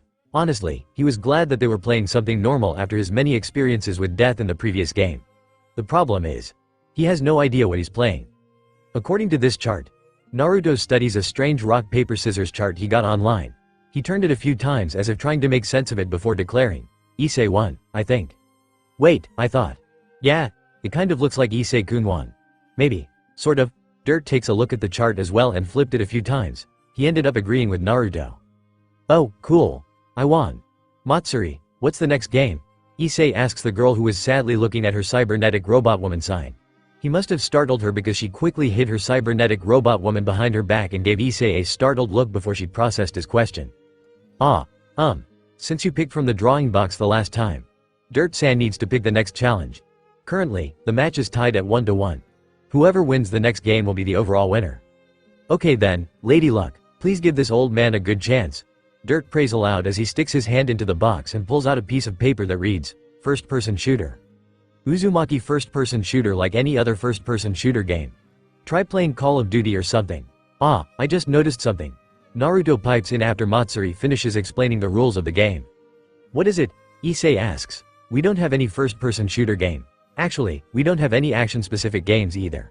The closest one we have is School Love Fest, and Issei bought that on a whim. Matsuri jolted a little in the background but only Naruto noticed. He patted her on the shoulder and gave a sidelong glance. She seemed to have understood the gesture as she returned it with a nod. You're right. I guess I really only bring dating sim games here, huh? Issei strokes his imaginary mustache as he looks in a far-off distance, the furthermost wall. So, what do we do now? Dirt asks as he looked at the remains of the drawing box Naruto happily threw into the stove so that the loser won't call for a rematch. Should we go outside again and buy a shooter game? Issei asks while looking at Naruto who was beginning to slouch on a chair. I don't want to. We just got back. I don't want to go outside again. Yup, regular Naruto is back. Well, it is getting late. I think I should go prepare dinner now. Matsuri looks at the clock on the wall and saw that it was reaching 5 in the evening. She gets up from her chair and walks towards the kitchen. She paused at the kitchen entrance to turn back and ask, Dirt-san, Issei-kun, would you like to join us for dinner? Gurgly. Before either Dirt or Issei could answer, Issei's stomach declared its emptiness and made Issei blushed. He demurely nods his head at the silverette's suggestion. He took a seat with Naruto at the table while the blonde reached to turn on the game system in front of him. Maybe playing baseball took more out of me than I thought. As long as it's not ramen, I'm fine with staying. Dirt sits at the table as well and sips his coffee. Matsuri nodded and said to Dirt, I'm thinking of preparing a hot pot. Would that work, Dirt-san? Issei-kun? Yes please, sure, was the reply she got. She smiled and walked into the kitchen to prepare the ingredients for the pot. Some time passed by silently as the group lazy about. Issei lounged in his chair as he droopingly watches Naruto finish a tsunere root. The blonde was lousy at it. Dirt sat opposite of Issei and gave his additionally shoddy advice for how to handle the tsunere. Naruto had his full attention on the screen and Kurama, unknown to others except for Naruto, complains about the stupidly bizarre behavior of the female genotype. The sound of sizzling food and bowls being moved echoed mutely throughout the room. Sue, what was the new special you were forcing on us anyway? Issei tried to break the comfortable silence with the question that's been nagging on his mind. It's a new recipe a friend of mine gave me. Its constitution is a little strange, but it tastes pretty good. The blonde answers without taking his attention off of the game. It took you 8 hours to make it? Dirt asks while sipping his coffee. He raised an eyebrow at the ridiculousness of the idea. I wanted it to be perfect for you guys, Naruto pouted. Oi, are you actually pouting? Issei asks his strange friend. HMPH, of course not, it's not like I wanted you guys to enjoy something I cooked or anything dumb like that. Yup, Naruto is definitely pouting. Naruto-san, at least use a line from the game script that fits your character. Dirt sips his coffee methodically. Seriously, you couldn't have just asked us to try it? Issei puts his head on his left hand and leans onto it. I did ask. The blonde simply replied. Bullshit, I nearly crossed the Sanzu River when you asked that. Issei yelled as he remembered one of his earlier near-death experience. I have to agree with Issei-kun. You look more like you were hiding a thinly veiled threat. No, not a threat, you killed Issei-kun anyways. Dirt backs Issei up. Naruto paused his game and looked at the pair in earnest confusion. I was trying to show my innocence and sincerity. Didn't they say the best way to show it is with a sincere smile? Naruto-san. You really didn't plan this script out too, well did you? You had a box full of games ready and you seemed very eager to lead us towards that path. Though this half-baked dialogue may fool Issei, I am much more competent at seeing through your lies. Dirt boasted as he sat straight up. He seemed confident that nothing could fool him. Guess his jobs must make him very adept in spotting bull crap and neutralizing it. Oi, what's that supposed to mean? Issei complains, but really, he wonderfully fell for Naruto's acting. Che. Found out already. Naruto dropped the look of innocent confusion and went back to droopy lazy look he prefers. So, it was a trick after all. Issei sighs to himself as he gave the blonde a half-hearted glare before slumping back to the cool wood of the table. The silence returned and persisted. Dirt went and helped Matsuri prepare the dishes and utensils for dinner. Issei continued to slouch about, though not out of the usual laziness but out of the sheer exhaustion that's finally caught up with him from earlier.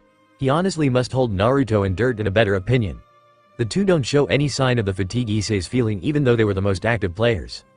Issei-kun, can you help me with turning on the portable stove? I'm bringing the hot pot out. Matsuri calls out from the kitchen. Issei complied and took a few attempts to turn on the aged burner. The pot that Matsuri carried out was massive. At 4 foot wide and 2 foot deep, the pot of broth was undeniably huge. Dirt came out from behind Matsuri carrying the dishes for the hot pot: beef, pork, shrimp, fish, egg, noodles, assorted vegetables, and even some drinks. The middle-aged man carried the 6 extra-large dishes, the bowl of eggs and the 4 glasses of juice like a pro waiter.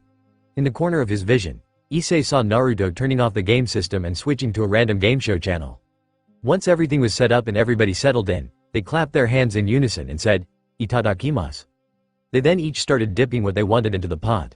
Issei went straight for the fattest piece of beef he saw. Dirt got a ladle and started spooning broth into his bowl which was filled with noodles. Naruto was boiling 2 eggs within the pot with one hand while using the other to eat the food that Matsuri cooked for him. Matsuri professionally picked out perfect portions of vegetables and meat to cook for both herself and for Naruto. The 4 continued to eat, which was only broken by some small talk, a few old people joke from Dirt and the sound of the television in the background. They finished eating, cleaned up the tables and washed the dishes by around 8 o'clock. Dirt was the first to leave the shop as he joked about not being as young as he was before. Issei left afterward when he remembers that he didn't finish his weekend homework. Matsuri went upstairs to prepare the futon for sleep. She, like Issei, couldn't exactly keep up with the energetic Naruto and Dirt and tuckered herself with the ball game from that afternoon. Naruto sat at the table playing a game for another hour to both entertain and accompany Kurama before the fox enters hibernation again. According to the fox, the world was finally starting to accept them as an inhabitant. This gave Kurama a longer waking period as the energy it takes to maintain their existence lessens. This didn't make Naruto worry any less for his friend. He had first-hand experience with the energy output that the fox was capable of. To see Kurama struggle for so long hurts. Especially when Naruto cannot do anything about it. Therefore, the blonde did the next best thing. He entertained the fox in every one of its waking moment. It was all he could do to thank Kurama for helping him so much. If Kurama can now stay awake for a measly 9 hours out of a week, then Naruto was going to give him everything that's worth that 9 hours. The blonde ramen shop owner smiled to himself as he heard the fox drift back into hibernation after a fun day of sports, food, and gaming. He turned off his game system and walked upstairs to join Matsuri and sleep. Today was a fun day. Whoa, the shop looks extra busy today. What happened? Issei whistles out loud as he enters Naruto's ramen shop. He looks around for a seat and was pleasantly surprised to find that the usual table was clean and empty of customers. "Ah, Issei-kun, welcome. Would you like me to bring you a medium pork ramen?" Matsuri walks by with a serving tray and smiles at Issei. "That would be good, Matsuri. By the way, why is it so packed today?"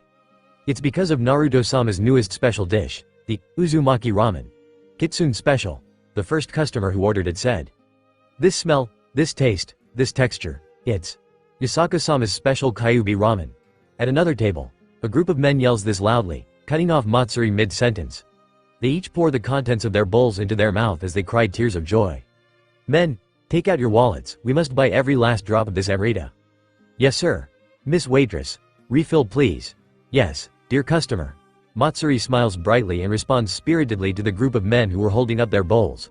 She turns back to Issei a moment later with an apologetic smile on her face. As you can see, Issei-kun, they said something like that. I'll be back quickly with your pork ramen, so why don't you grab a seat? Take your time. Issei waves the girl off and watches her leave to tend to the customers. He walks over to the table and pulls out his homework. Quietly, he ponders to himself. So that new special ramen wasn't a joke, huh? Much later. Thank you for your patronage. Standing at the shop's doorway with her waist bent, Matsuri greets off the last customer in the shop. Phew, finally done. This was a surprisingly hectic day. Good work Matsuri. Naruto walks out of the kitchen while rolling around his shoulder to relax its muscle. He calls out to Matsuri as she closes the shop's door. Your new ramen is surprisingly popular. Issei says this while he closes his notebook and puts it into his backpack. Jealous that you didn't get any? Naruto smirks at Issei cockily. If you get down on your hands and knees and beg to be my lab rat for the rest of your life, I'll give you some. Tempting, but a harem king bows down to no one. Dirt is on a more successful path to being a harem king than your cause. You know, he's rich as hell. Ku. Issei falls out of his seat and crouches down on his knees in pain. Cheap words will not bring me down. No, I mean, aren't you already down? Naruto gives the brunette teen a condescending look. Naruto-sama. What are these bowls of ramen doing here? Matsuri pokes her head out of the kitchen entrance to give Naruto a questioning look and show off a bowl of ramen in her hands. Oh, I saved those for us. Bring them out Matsuri, let's eat. Naruto looks back at Issei as he says this. Oi Issei, take a seat already. I took the effort to save a bowl of special ramen for you. Okay. Issei sits back into his chair with a lukewarm reply. Here you go Naruto-sama. Issei-kun, thanks, Matsuri. Matsuri walks out of the kitchen with a serving plate filled with ramen bowls. She puts a bowl of ramen in front of each member at the table. Slurp, the sound of ramen being eaten echoed through the empty walls of the once crowded shop. Naruto, as always, breathed in the ramen like it was air and finished in 10 seconds flat. Matsuri, who usually took her time, seemed to particularly enjoy the ramen Naruto made and finished before Issei. Issei finished his ramen at the regular time. Hey Naruto, this is the newest special you made? Yeah, why? It tastes the same as any other ramen you cook. I thought it tasted awesome. Then again, all ramen is awesome. Oh right, you have a ramen fetish. I forgot. After finishing his bowl and giving it a final verdict, Issei tells Naruto his honest truth. Receiving the blonde's reply, he couldn't do anything but give Naruto a look before turning to Matsuri. Hey, Matsuri, what did you think of Naruto's ramen? I like the ramen very much. The smell is subtle but very pleasing to the nose. The asterisk asterisk asterisk asterisk asterisk and asterisk asterisk asterisk asterisk asterisk really whetted my appetite and lured me in to take another bite. The texture of the noodle was springy and chewy but at the same time quite soft and made easy to slurp down. The taste was a bit diverse but the asterisk asterisk asterisk asterisk asterisk and the asterisk asterisk asterisk asterisk asterisk worked well in not overpowering the taste of the asterisk asterisk asterisk asterisk asterisk. Personally, I think that Naruto-sama's special ramen is on another league compared to my measly imitation. The silver-haired girl replies professionally without a tint of hesitation in her face. Naruto preens at the comment while Issei looks at the girl incredulously. How did you get all that out of Naruto's plain ramen? As if doubting himself, he takes another sip of his leftover broth and raises an eyebrow in a questioning manner. Naruto looks at Issei and Matsuri with an investigative expression before clapping his fist on top of his palm like he just figured out something. Issei. Yeah, Naruto? You didn't finish your homework, did you? URK. I did most of it already. I just have a bit more before I'm done. I'll do it at home or something. Do it here. I'll check it when you're done. Naruto stares Issei down with a dangerous glint to his eyes. In response, Issei pulls out his homework again and begins working on it. While you do that, Matsuri, let me help you with the dishes. Naruto stands up and carries the emptied ramen bowls to the kitchen. Thank you, Naruto-sama. Matsuri gets up and follows after the blonde to the kitchen. This is because I called his ramen plain, isn't it? After the two leaves, Issei looks up from his homework and stares at the kitchen. He says this before he goes back to his homework. Inside the kitchen, did you give Issei the plain ramen Naruto-sama? Matsuri asks Naruto this as she passes a rinsed dish for Naruto to dry. No, all three bowls were the special ramen that Kyuubi no Yasaka sent through the letter. But Issei said it tastes like your regular ramen while I tasted something so incredible, it felt beyond my comprehension. That's probably because the special ramen is a yukai dish. A yukai dish? But there were customers who, those are probably the people the yukai association sent to check up on us. So they were yukai. I did not notice it at all. You're still relatively young for a yukai. Don't worry twos, Naruto-sama. Hearing this, Matsuri nods her head and continues to clean the dishes. Outside the kitchen. Issei, what are you doing? After he and Matsuri finish cleaning the dishes, Naruto returns to the restaurant proper and immediately lock onto Issei as the brunette organizes his homework on the table to make the ink resemble the shape of a naked woman. I'm creating a ritual to summon the Oppai gods and ask them to grant me knowledge. Glaring at the pages in his hands as if they were puzzle pieces, Issei answers Naruto's question without breaking his concentration. Carry on then. Naruto gives a mystified nod and walks to the table to turn on the game system. He keeps Issei in his peripheral in case the brunette breaks more than he already is. Call me if you need any help, Issei-kun. Matsuri smiles and takes up a broom to begin sweeping the shop clean. Thanks bro. Issei grunts to Matsuri and carefully lays down the next piece of homework into his ritual circle. A week afterward, a certain red-haired high schooler received a letter from her equally red-haired brother cautioning her of the new Yukai faction in Tokyo. The new faction already claimed a small shopping area near Kuo Academy as their territory, and they seem to have made their headquarters near a small ramen shop in the center of the area, where they are spotted to often have seemingly unorganized group meetings at. The redhead girl was warned to be extremely cautious whenever they are near the shopping district. Ring a ding, yo, I'm here. Issei walks into Naruto's ramen shop with a slouch. Matsuri waved at him with a smile as she finished writing down a customer's order. Naruto poked his head out of the kitchen to give Issei a quick, sup, before ducking in again to fill out Matsuri's newest order. Seeing as they were busy, Issei stalked to the usual table to find that Dirt, who has been missing from the shop for a week, was there sipping his drink. Issei was mildly curious to see that the middle-aged man was wearing a collared Hawaiian t-shirt and a pair of shorts instead of his usual worn-out business suit. Yo, Dirt. Where have you been? Issei asks as he sat down on his usual seat, opposite of Dirt. He began pulling out some worksheets to review. Oh Issei-kun, you're here. Here I brought a souvenir for you. Dirt hands Issei a gift bag with some foreign lettering that Issei couldn't understand. A souvenir? Were you on a business trip or something? Issei gratefully accepts the bag with a, thank you? No, it was the opposite actually. Some of my coworkers said that I was overworking myself and suggested that I needed to take a relaxing trip. Luckily enough, another coworker had spare tickets to visiting Spain and I somehow or another ended up tagging along. It was a fun trip. Dirt reminiscent as Issei gives him a stony face that expressed, you, work, would work? Hoped you had fun. Now then, let's see what you got me. Pushing off Dirt's obvious taunt for a Tsukomi, Issei opens the gift bag to find 4 magazines. Confused, he pulled them out and widens his eyes comically. Dirt. You. What? Issei stutters as he stares at the magazines in absolute awe and wonder. He gently puts the stack of magazines back in the gift bag and looks at Dirt. He gave Dirt a stare that lasted for 5 seconds before cracking into a mad grin and jumps at the middle-aged man. Dirt, you're such a bro, was what he yelled aloud before he glomped the coffee-sipping old man.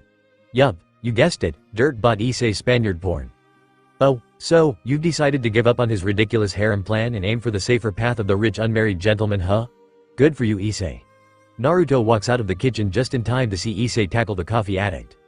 Issei tearily lets go of Dirt to grab the gift bag laying on the floor and showed it to Naruto, completely foregoing to comment on the blonde's insult due to sheer happiness. Naruto, check out what Dirt gave me. What is this Spanish? Naruto looks into the bag and pulls out one of the magazines. He realized it was porn on first sight but didn't realize the language until he stared at it for a bit. He looked over to Dirt with a crooked smile and says, did you go all the way to Europe just to buy something to woo Issei with? You know he'll roll over and bark for normal Japanese porn, right? Ahahaha, strange as always Naruto-san. Here, I bought you and Matsuri a gift as well. Dirt laughs off Naruto's insinuation and hands the ramen pair their souvenir. You're just tempting me, aren't you? Not gonna fall for it. Now let's see what I got. Naruto glared at Dirt for a good 2 seconds before taking the gift and ripping the wrappings to shreds. Naruto lifted up the object that was once covered in wrapping, beheld it to his eye level and then chucked it at Dirt. This is just more porn, damn it. Dirt seemed to take great amusement in Naruto's expression as he chuckles at the flying magazines being thrown. Matsuri's tight expression seemed to agree with Naruto's mad accusations, but unlike the blonde, she politely sets her porn back onto the table. Issei gave her a puppy dog look that she understood immediately and gave her approval. The brunette teen beamed with happiness so much so that even Matsuri's sweat dropped a little. Naruto glanced at Issei's happy expression and scowled. Why are you so happy? Don't you have your midterms coming up soon? Seeing the boy's devastated face almost made Naruto's day. Almost. It would have made his day if Issei didn't look like he remembered something horrible. That devastated expression only told the blonde one thing. Issei forgot about his midterm exams. The blonde sighed to himself and looked at Issei in exasperation. Relax, we still have time to cram. When are the test dates? Naruto prodded the boy on the ground. Issei looked at Naruto with dead eyes of resignation. It was the eyes of a soldier going into a war on the losing side. The eyes of a defeatist. He moved his lips and muttered, tomorrow. Matsuri stared at Issei in disbelief. Naruto slammed his head onto the table and dirt chalked on his coffee. Together they yelled, how could you forget such a thing until the last minute? Issei responded with a dry, cracked chuckle and a far-off look. Naruto scratched the back of his head and sighed before walking towards the madly chuckling brunette. He grabbed the teen by his collar and dragged him to the second floor of the ramen shop to study. Matsuri, close up. Dirt, get a big crate of some strong black coffee. We got approximately a 12-hour all-nighter to cram months' worth of knowledge into this fool. Upstairs 12 hours remaining until school opens. According to Issei-kun's report card, his weakest subject is English and social studies. He is proficient in math and science, aka failing slightly less than usual, and is in the middle ground with Japanese. Matsuri reads off of the newest report card she got from Issei's school. According to the potential tests that I got glimpses of when hacking the school database, it is safe to say that we should spend the most time focusing Issei-kun's studies on English, Japanese and science as they're the hardest ones. Issei started when he heard Matsuri said something strange. Wait, did you just say yuha? Since my job involves me making many connections, I am quite capable in the English and social studies department. I take up on being Issei's tutor for those subjects. Dirt cuts in before Issei could somehow distract himself. I am quite adept in the math and science area myself, so I will help Issei-kun with that. Matsuri gives her 2 cents after Dirt gave his. In that case, I will take Japanese on for myself. We'll each split our subjects into 2 5-hour margins and 1 2 hours. I will take the 2 hours margin. Matsuri, please give us the potential questions as well as the most probable answers. Dirt, you will go first. Naruto gives out quick and precise orders to his 2 accompanying teachers. Issei could do nothing except background, making a nervous face at the Spartan course he's being targeted with. Oh, and Issei, Naruto finally turns his gaze back at the boy on his knees. If you so much as dared to slack off for even a minute, these. He pulls out the stack of 12 magazines that Dirt graciously got for Issei. Will never reach your eyes again.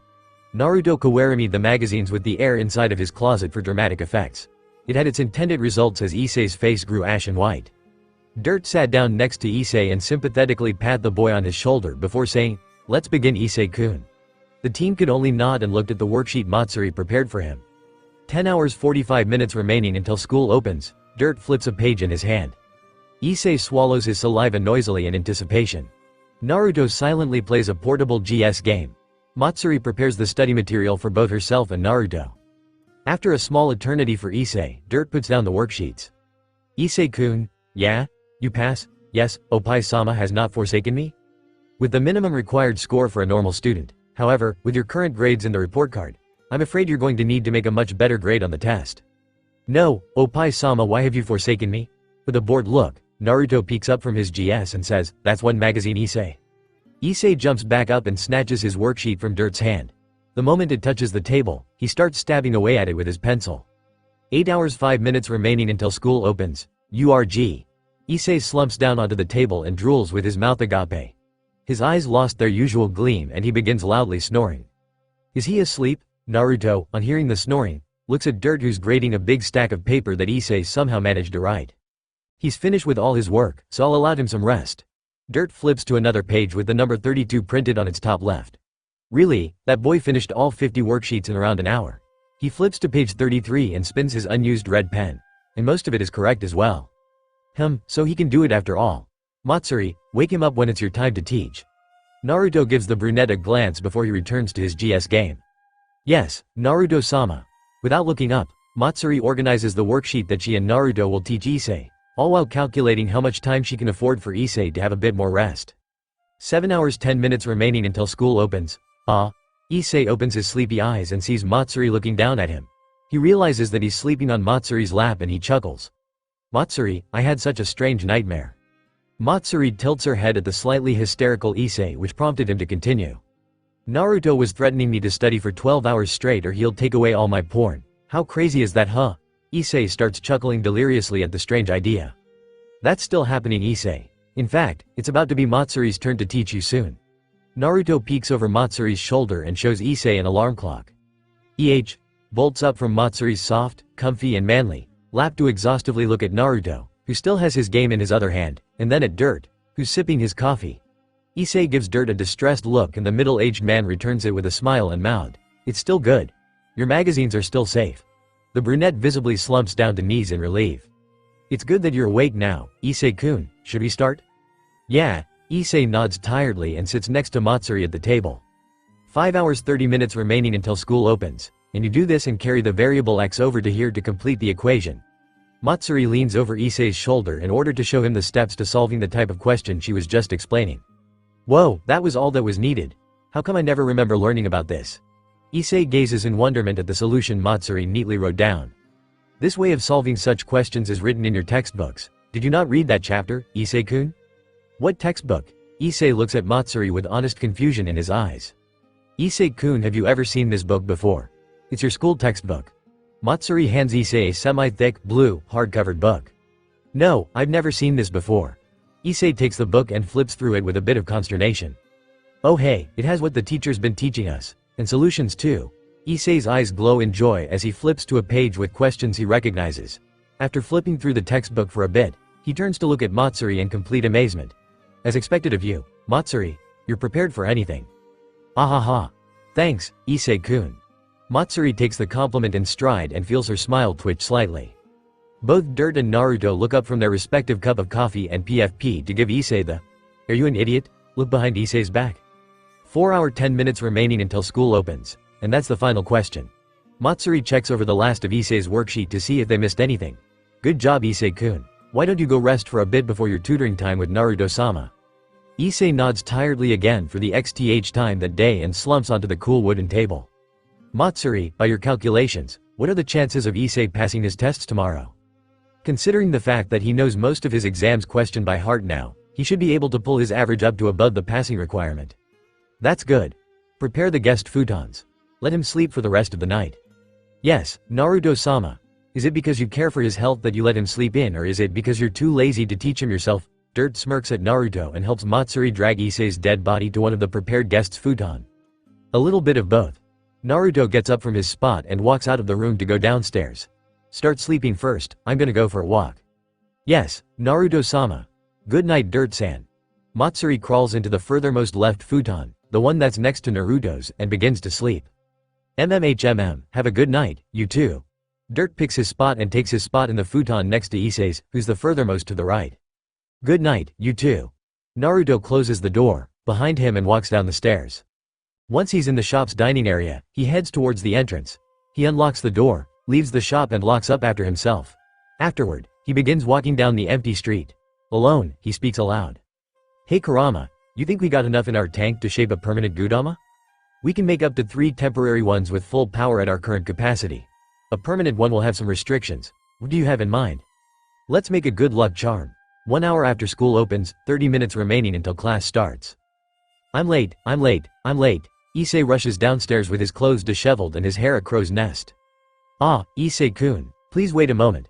Walking out of the shop's kitchen, Matsuri calls after Issei as he jumps down the last few steps of stairs. What's up, Matsuri? Issei stops short at the entrance and turns around to see Matsuri wearing an apron. Here's your lunch and I wish you good luck on your test. Matsuri hands him a bento box while also tucking in his shirt, straightening out his pants folds and buttoning up his jacket all at the same time. Yes, remember your preparations and you should do well. Dirt jumps in as well from his usual seat at the table they always sat at. As always, he has a coffee cup in hand. Yeah, thanks, I'll do my best.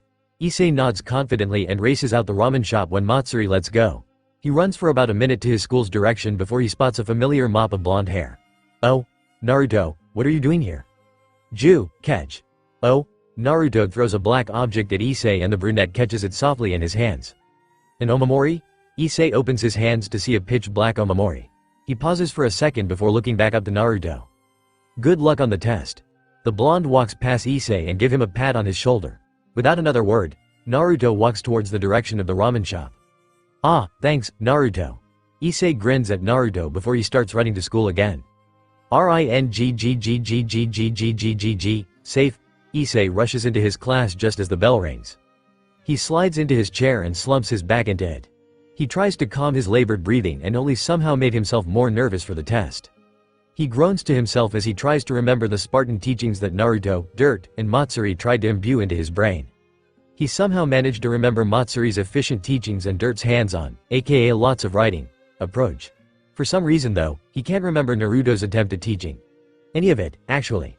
Knowing how enthusiastic the blonde was at getting him to study, Issei was sure that the blonde did something crazy to teach Issei, but for whatever reasons, he can't remember it. Was Naruto's teaching style so bad that my brain actively tried to wipe out the memories? Is that even possible? Before Issei could continue his train of randomness, the classroom door opened. Since this is a testing day, a random teacher is assigned beforehand to each class to administer the tests to the students. Trying to get his mind off of his re-enclosing nervousness, he took a look at the teacher and did a waterless spit take. Now he understood why he sensed a weird feeling of déjà vu. Minus 10 minutes earlier outside the Kuo Academy's school gate. Alright Matsuri, you're the fill-in student for the empty seat next to Issei. Use whatever skills you have to throw off attention to yourself. Dirt, you'll be the first test administrator for Issei's class. I'll be the brain who's in charge of overlooking this situation and giving instructions. The main objective of our mission is to passively encourage Issei to pass the test.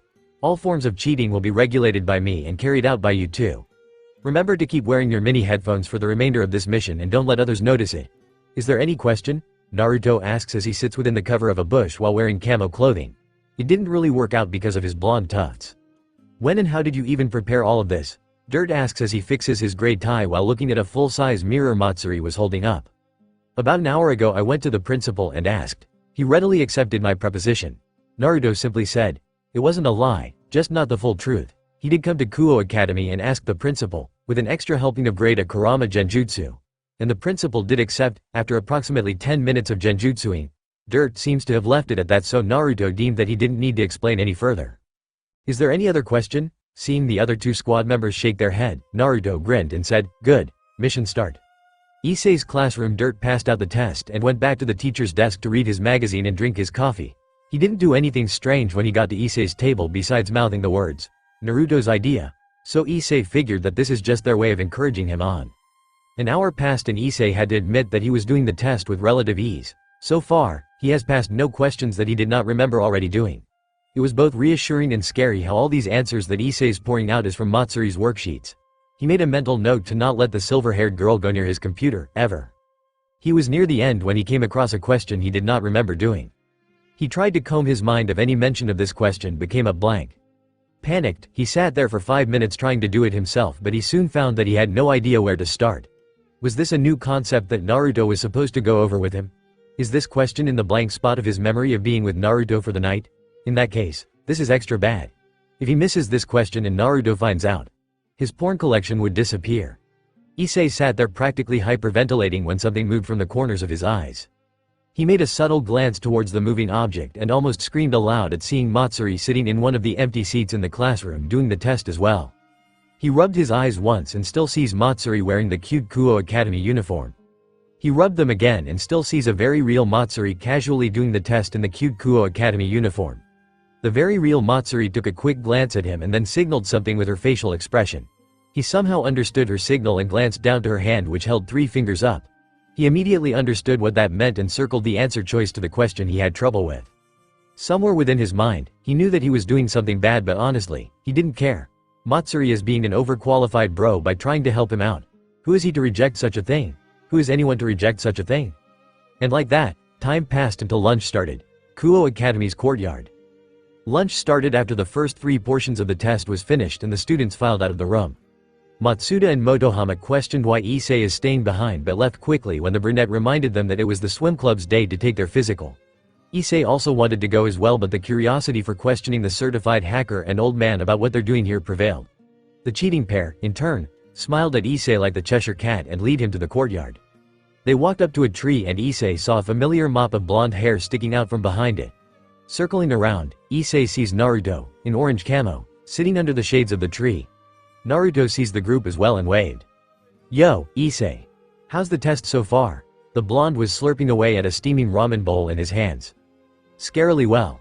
I don't think I need to tell you about it.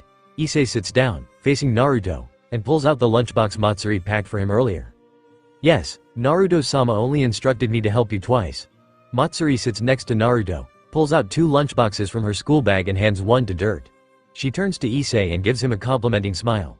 Well done, Issei-kun. Where were you anyways? I didn't see you anywhere to observe us. Dirt takes a seat next to me. He looks at Naruto as he opens Matsuri's lunchbox. I was in one of the trees. Naruto waves around the binocular that was hanging off his waist. And I can be very stealthy, it's no wonder you didn't see me. Let me guess, you've been training since the age of 12 in order to become a ninja. Issei deadpans at Naruto. The blonde nodded as he stuffed his face with ramen while Issei rolled his eyes. Dirt sat there and sips his infinite coffee cup after quickly demolishing Matsuri's lunch. Matsuri pulled out an extra-large thermos as well as 3 cups and hands Naruto and Issei a cup of tea. They sat in relative silence for a while before Naruto spoke. So, what do you usually do at lunch break? I usually either eat lunch with Matsuda and Motohama or I go peeking with them. Sometimes both. What a proactive way to spend time in school. Ah, the bliss of youth. Dirt nods sagely at Issei's words as if it was a regular thing that everyone does. What did you do when you were in school, Naruto-sama? Oh, you know, the usual. Practicing how to throw ninja kunai and ninja shurikens, doing some ninja exercises, learning about ninja history and how to do ninja taxes. It's the usual. Nothing about that is usual, you ninja fetishes. Now Issei-kun. You can't judge others by what they did, days. Dirt-san, your birth certificate says you're only 39.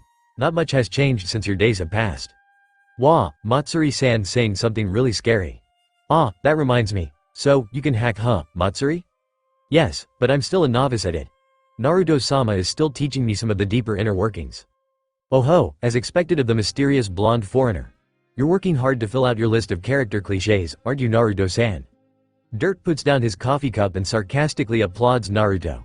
The blonde ignores the man in favor of gorging down his newest ramen bowl. Issei looks at the blonde incredulously. Seriously, what do you think ninjas do? Not being hackers, and masters of computer-based espionage, obviously. Hacking was something I learned after I stopped being a ninja. Naruto twitches his head and upper body towards an odd angle mid-sentence, cutting himself off before he looks back to Dirt and Matsuri.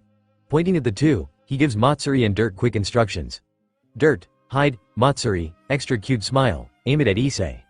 What? Issei's eyebrows raise when Dirt, who seemed to have understood Naruto, immediately jumps into a bush next to the tree he was previously leaning on. Yes, Naruto-sama. Matsuri snaps her fingers in front of Issei's face to bring his attention over to her before she gives him a literally blinding smile. Wah! Issei covers his eyes at the sudden influx of light and screams, what's going on? Matsuda. Do you see what I'm seeing? If you're talking about Issei's companions then yes, I'm seeing it too. Issei's ears twitch as he rubs tears out of his eyes. He turns around to see Matsuda and Motohama through bleary eyes. They're stiffly standing a distance away. It must have been because he wasn't seeing clearly, but why does the two have pained expressions on their faces? Huh? When did you two get here? Issei, you bastard. Ditching us to go eat lunch with 2 hot ladies, go drown yourself beneath Tokyo Bay. Yeah, while we were looking all over for you. You were hanging out with 2 beauties, go jump off Mount Fuji. Without answering Issei's question, Matsuda and Motohama run off in the other direction while screaming this aloud. What? Issei looks at the two in confusion and turns around to ask Matsuri and Naruto what's going on.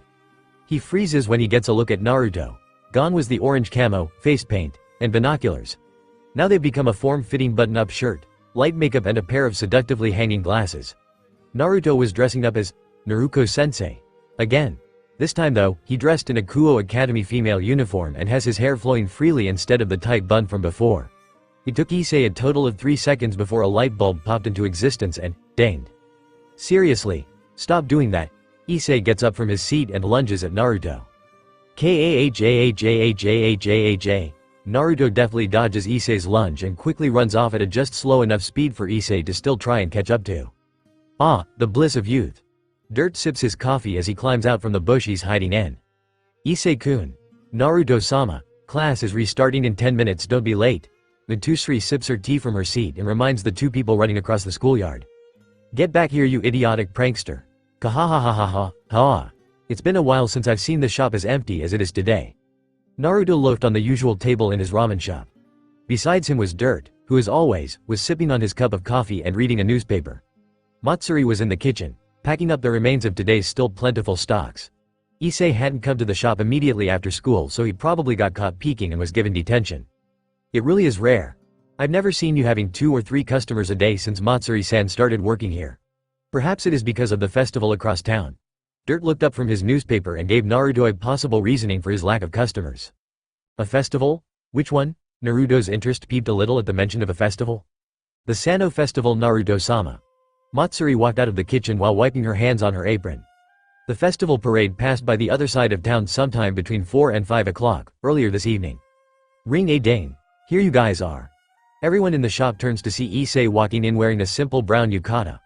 I didn't see any of you guys at the parade, so I figured you'd be here. Aren't you going to the festival? Issei asks while looking at the undecorated group.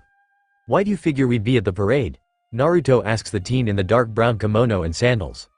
Well, since the festival is always held on the other side of town, this shopping district usually closes down at lunchtime. Most of the shop owners here opens up a stall near the shrine where the festival is held, so I figure you'd be there too. Didn't your neighbors tell you that? Issei explains to him while giving his blonde friend a questioning look. No, I don't speak to my neighbors often. They think that I'm an insanity asylum escape convict. I'm not even going to ask. He looks over to Dirt and Matsuri. So you guys want to go to the festival or not? Well, it does sound more enjoyable than staying in this secluded shop the whole time. Dirt scratches his stubble. It would be nice to see what a festival is like for once. Matsuri glances at Naruto to see if he wants to go. She would gladly stay behind with the blonde if he chooses to not go. A festival, huh? Sounds fun. Let's go. Naruto was at the shop's entrance and dressed in an orange yukata before anyone could blink. One moment he was lazily slouching on the table and the next, he's energetically bouncing like a kid on a sugar rush at the door. Hurry up, come on already. We've wasted enough time. The blonde runs out of the entrance and headed in the wrong direction. Ah, wait for me, Naruto-sama. Matsuri chased after the blonde and orange, also going in the wrong direction. Hey, where are you guys going? The temple is that way. Issei bounds out of the shop and tries to get their attention. He ended up having to chase them while yelling, wrong way. Ah, the blessing of youth. Dirt walks out the shop last and locked the door for Naruto. He then leisurely followed the noise of Issei's yell while sipping on his cup of infinite coffee. Wow, so that's the shrine. It's surprisingly crowded. Everywhere. Matsuri looks around in wonderment. They have not passed the shrine's gate yet and the young Yukai was already feeling a bit swamp. Discreetly, she moved closer to her blonde master who has lost his earlier hype and went back to his usual lazy impassiveness. Of course, this is a traditional festival. Practically every neighborhood is here. Issei answered Matsuri's silent question while weaving through the crowd. Though I honestly have no idea what this festival is celebrating, I can definitely say I know some awesome food stands. Ah, if youth keeps up like this, our honorable olden traditions will come to an end. Dirt contemplates aloud while actively doing his best to keep the group together. Because it's so crowded, everyone needs to make room for each other to maneuver. Dirt took it on himself to maintain the group within a close enough distance to where they can locate each other by sight or voice. I wonder if they have ramen here. Naruto asks a question with enough volume to reach Issei, the makeshift guide to the festival for the group. The ramen chef looked around some of the stores near the shrine but found nothing of interest. There were a few toy shops and a couple of kimono rental but nothing that really connects with the blonde. If you want ramen, just go home. Issei deadpans at his blonde friend's obsession to the noodly treat. I think they sell yakisoba at the stands in the shrines, Naruto-sama. Matsuri suggests as she continues to stick near the blonde. Everyone, we've passed the front gate. Gather up or you'll get lost. Dirt comically inputs as they walked under the red wooden shrine gate and into the temple ground. Peeved. We're not kids, Dirt. I don't think we can get lost even if we want tea. Before Issei could continue his retort to Dirt's advice, a sudden crowd appeared out of nowhere and passes through the gate just after them. Like a certain comedic scene that tends to show up from time to time in some dating sims, Issei, Dirt, Naruto and Matsuri got separated, each member dragged off by their own little crowd. Seriously? What the heck? Was all that Issei could yell aloud against the physical embodiment of the humorous force acting imposingly to his words. In an act of defiance, he reached past the barrier of his little crowd in order to grab onto one of his friend's hand. He managed to grab onto a soft, effeminate and yet somehow manly hand. Feeling like he already knew whose hand it was from his sense of touch, he pulled the hand and its person out of both their respective crowds. Not wanting to be dragged around by mysteriously illusional crowds again, Issei wasted no time to get out of the entrance area and paced quickly to the temple area, all while not letting go of Matsuri's hand. Phew, I think we're safe from that mysterious crowd now. Issei relaxed himself after making it to the stall area, which is too disjointed to have mysterious crowds appearing without him noticing. Hey Matsuri, did you see where the other two went? He turned around to ask his silver-haired friend when he widened his eyes at the person he saw instead. The person is blonde and has blue eyes. The person is wearing an orange outfit. The person has a droopy-looking stare aimed at Issei. The person is, however, not Naruto, or his strangely realistic disguise, Naruko. The person is female. Her ponytailed blonde hair is a paler and more ethereal shade of blonde than compared to his friends. Her eyes, while blue, is leaning more towards greenish, and the blank stare that she was giving to Issei seemed more natural due to the lack of light flecks reflecting from her pupils. Her body is beautifully curved and much more natural than compared to his blonde friend's proportionally outrageous disguise. The girl, young woman before him is extremely charming. And someone he does not know, and he's still holding her hand. Dang. I'm sorry for dragging you around like that. Quickly letting go of the strangely manly hand, Issei backed away from the blonde beauty and bowed his head to a near 90-degree angle. He held his head like that for another few seconds before raising it again to look at the girl. She had a knuckle in front of her mouth, as if to cover up whatever sound she was making, and she was shaking from what seems to be laughter. Yes, that is definitely laughter she's trying to cover up. Wah. Fooled ya. The blonde whispered in a low volume while giving Issei a shit-eating grin. It took the brunette a few seconds to process the words, another few seconds to understand its meaning, and a few more to recognize the originator's voice. Naruto, dirt. He saw the crowd coming from behind them and made to warn the group, but they didn't heed his warnings. Issei-kun seemed to have had a smart aleck answer readying for emission when the crowd made impact. As expected, the little group was splinted apart. He managed to sidestep the crow, but the others weren't so lucky. He saw Issei dragging Naruto away to the stalls and Matsuri getting dragged towards the praying ground. Ah, it looks like I managed to lose them anyways. Oh well, we'll probably meet up again. Let's see, where's the coffee stand around here? The middle-aged man sighed as he blended into the crowd while sipping his coffee. Matsuri, she managed to finally escape from the bondage of the crowd too late. Looking around, she couldn't find a trace of her master's incandescent blonde hair. Wilting noticeably, she begins her trudge back to the temple grounds entrance in hopes of finding her lord when she notices something in her hand. Confused as to when it had gotten there, the silverette opens a letter in her hand. In it were 100,000 yen and a note that states, "Looks like we got separated, sorry Matsuri. Here's some money, enjoy yourself. I'll meet up after a bit, hopefully with the others as well, have fun." Ehehehe, Naruto-sama. What did you expect me to do to be putting in so much money? She giggles a little at her chosen lord's antic before taking him up on his offer and walked to the stall area to enjoy herself. Naruto and Issei, oh come on. Don't be pouting, it doesn't fit you. Naruto said to Issei as he bit on his candied apple. Besides, I would have thought that you'd get used to this by now. He looks over to the pouting Issei who's questioning his sensuality.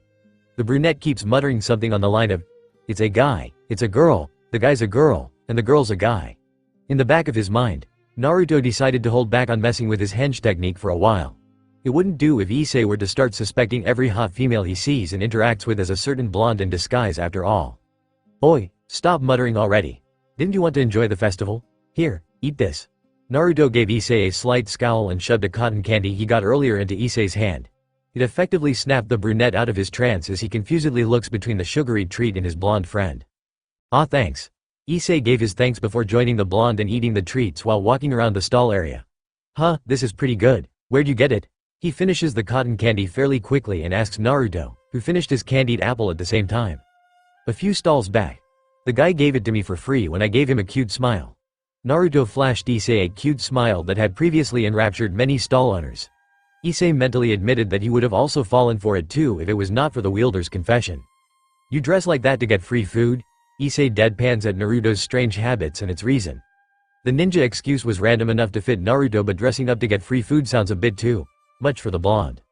Nah, I do it to mess with people. Spook them a little and make them double think themselves. It's hilarious. The blonde openly responds to Issei's deadpan. He didn't miss the brunette's flinch as the boy thought of his situation. Catching a whiff something good smelling from nearby, Naruto grabbed Issei's arm and led him to the smell of more delicious, and most likely free, food. Hey old man, can I get 2 of that serving? Naruto calls out to the stand owner who was concentrating on making his takoyakis. Ha ha ha, anything for you sweet. The man laughs at Naruto's direct attitude and looks up from his work. He cuts himself off as he recognizes something after seeing the blonde male, currently female, in full. The man squints his eyes and took 2 noticeable whiff of air before he opens them again in surprise. Uzumaki-san, is that you? Naruto took his turn scrutinizing the man. He seemed familiar, but the blonde couldn't quite put a finger on it.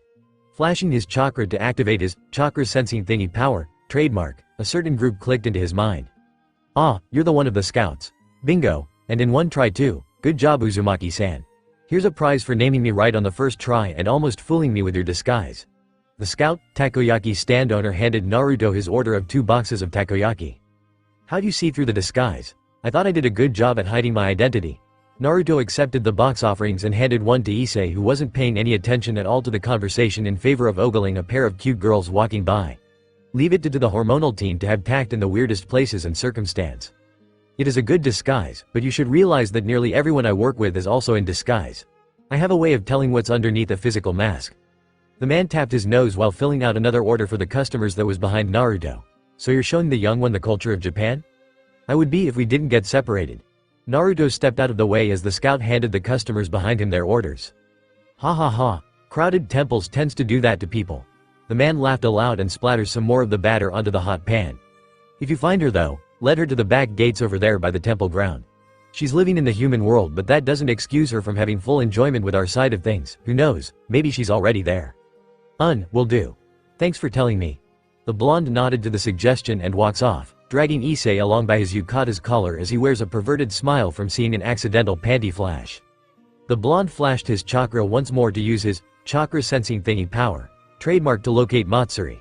She was on the other side of the stall area, at the gaming stalls. Though he wasn't much of a sensor, he can still tell some emotions by the vague movements of a person's energy. Matsuri's was calm yet energetic, showing that she's, hopefully, enjoying herself. Glad that his sort of roommate is having fun, he walks to the gate that the scout had mentioned before. He has no idea what to expect, but he sure as heck knew that it was different from what he's seeing now. Even before he met Matsuri, he knew that there was more than humans living in this world, like the bijus and summonings of his previous world, but the problem was that he never really bothered looking into them until Matsuri appeared. Knowing nothing more than a few Wikipedia searches, he was kind of excited about what's to come. Hey Naruto, where are we going? Issei on the other hand was beginning to sweat in apprehension. When he finally noticed his surrounding was auspiciously missing cute females in kimonos, Naruto had already dragged him off to who knows where. The glint in the blonde's eyes that reminds him too much of serious Naruto is already a warning flare. The fact that human activity was thinning out and dead trees were becoming more prominent by the second wasn't doing much to help.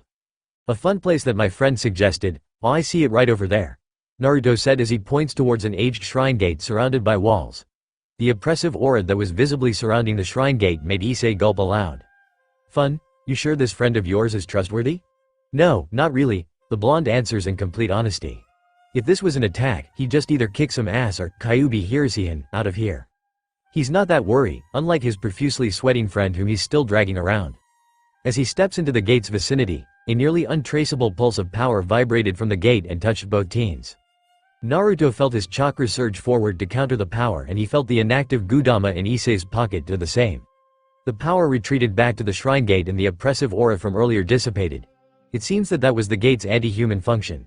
Maybe he should look into whatever that power was. It certainly wasn't chakra. Not that the humans of this world produce much of the energy substance to begin with, being with no chakra coils and all. He let Issei walk on his own again and motioned him past the gate. The difference between the inner and outer portion of the gate was tremendous. Outside is a small field surrounded by dying grass and trees. Inside is a bustling festival that's even more hectic than the one outside.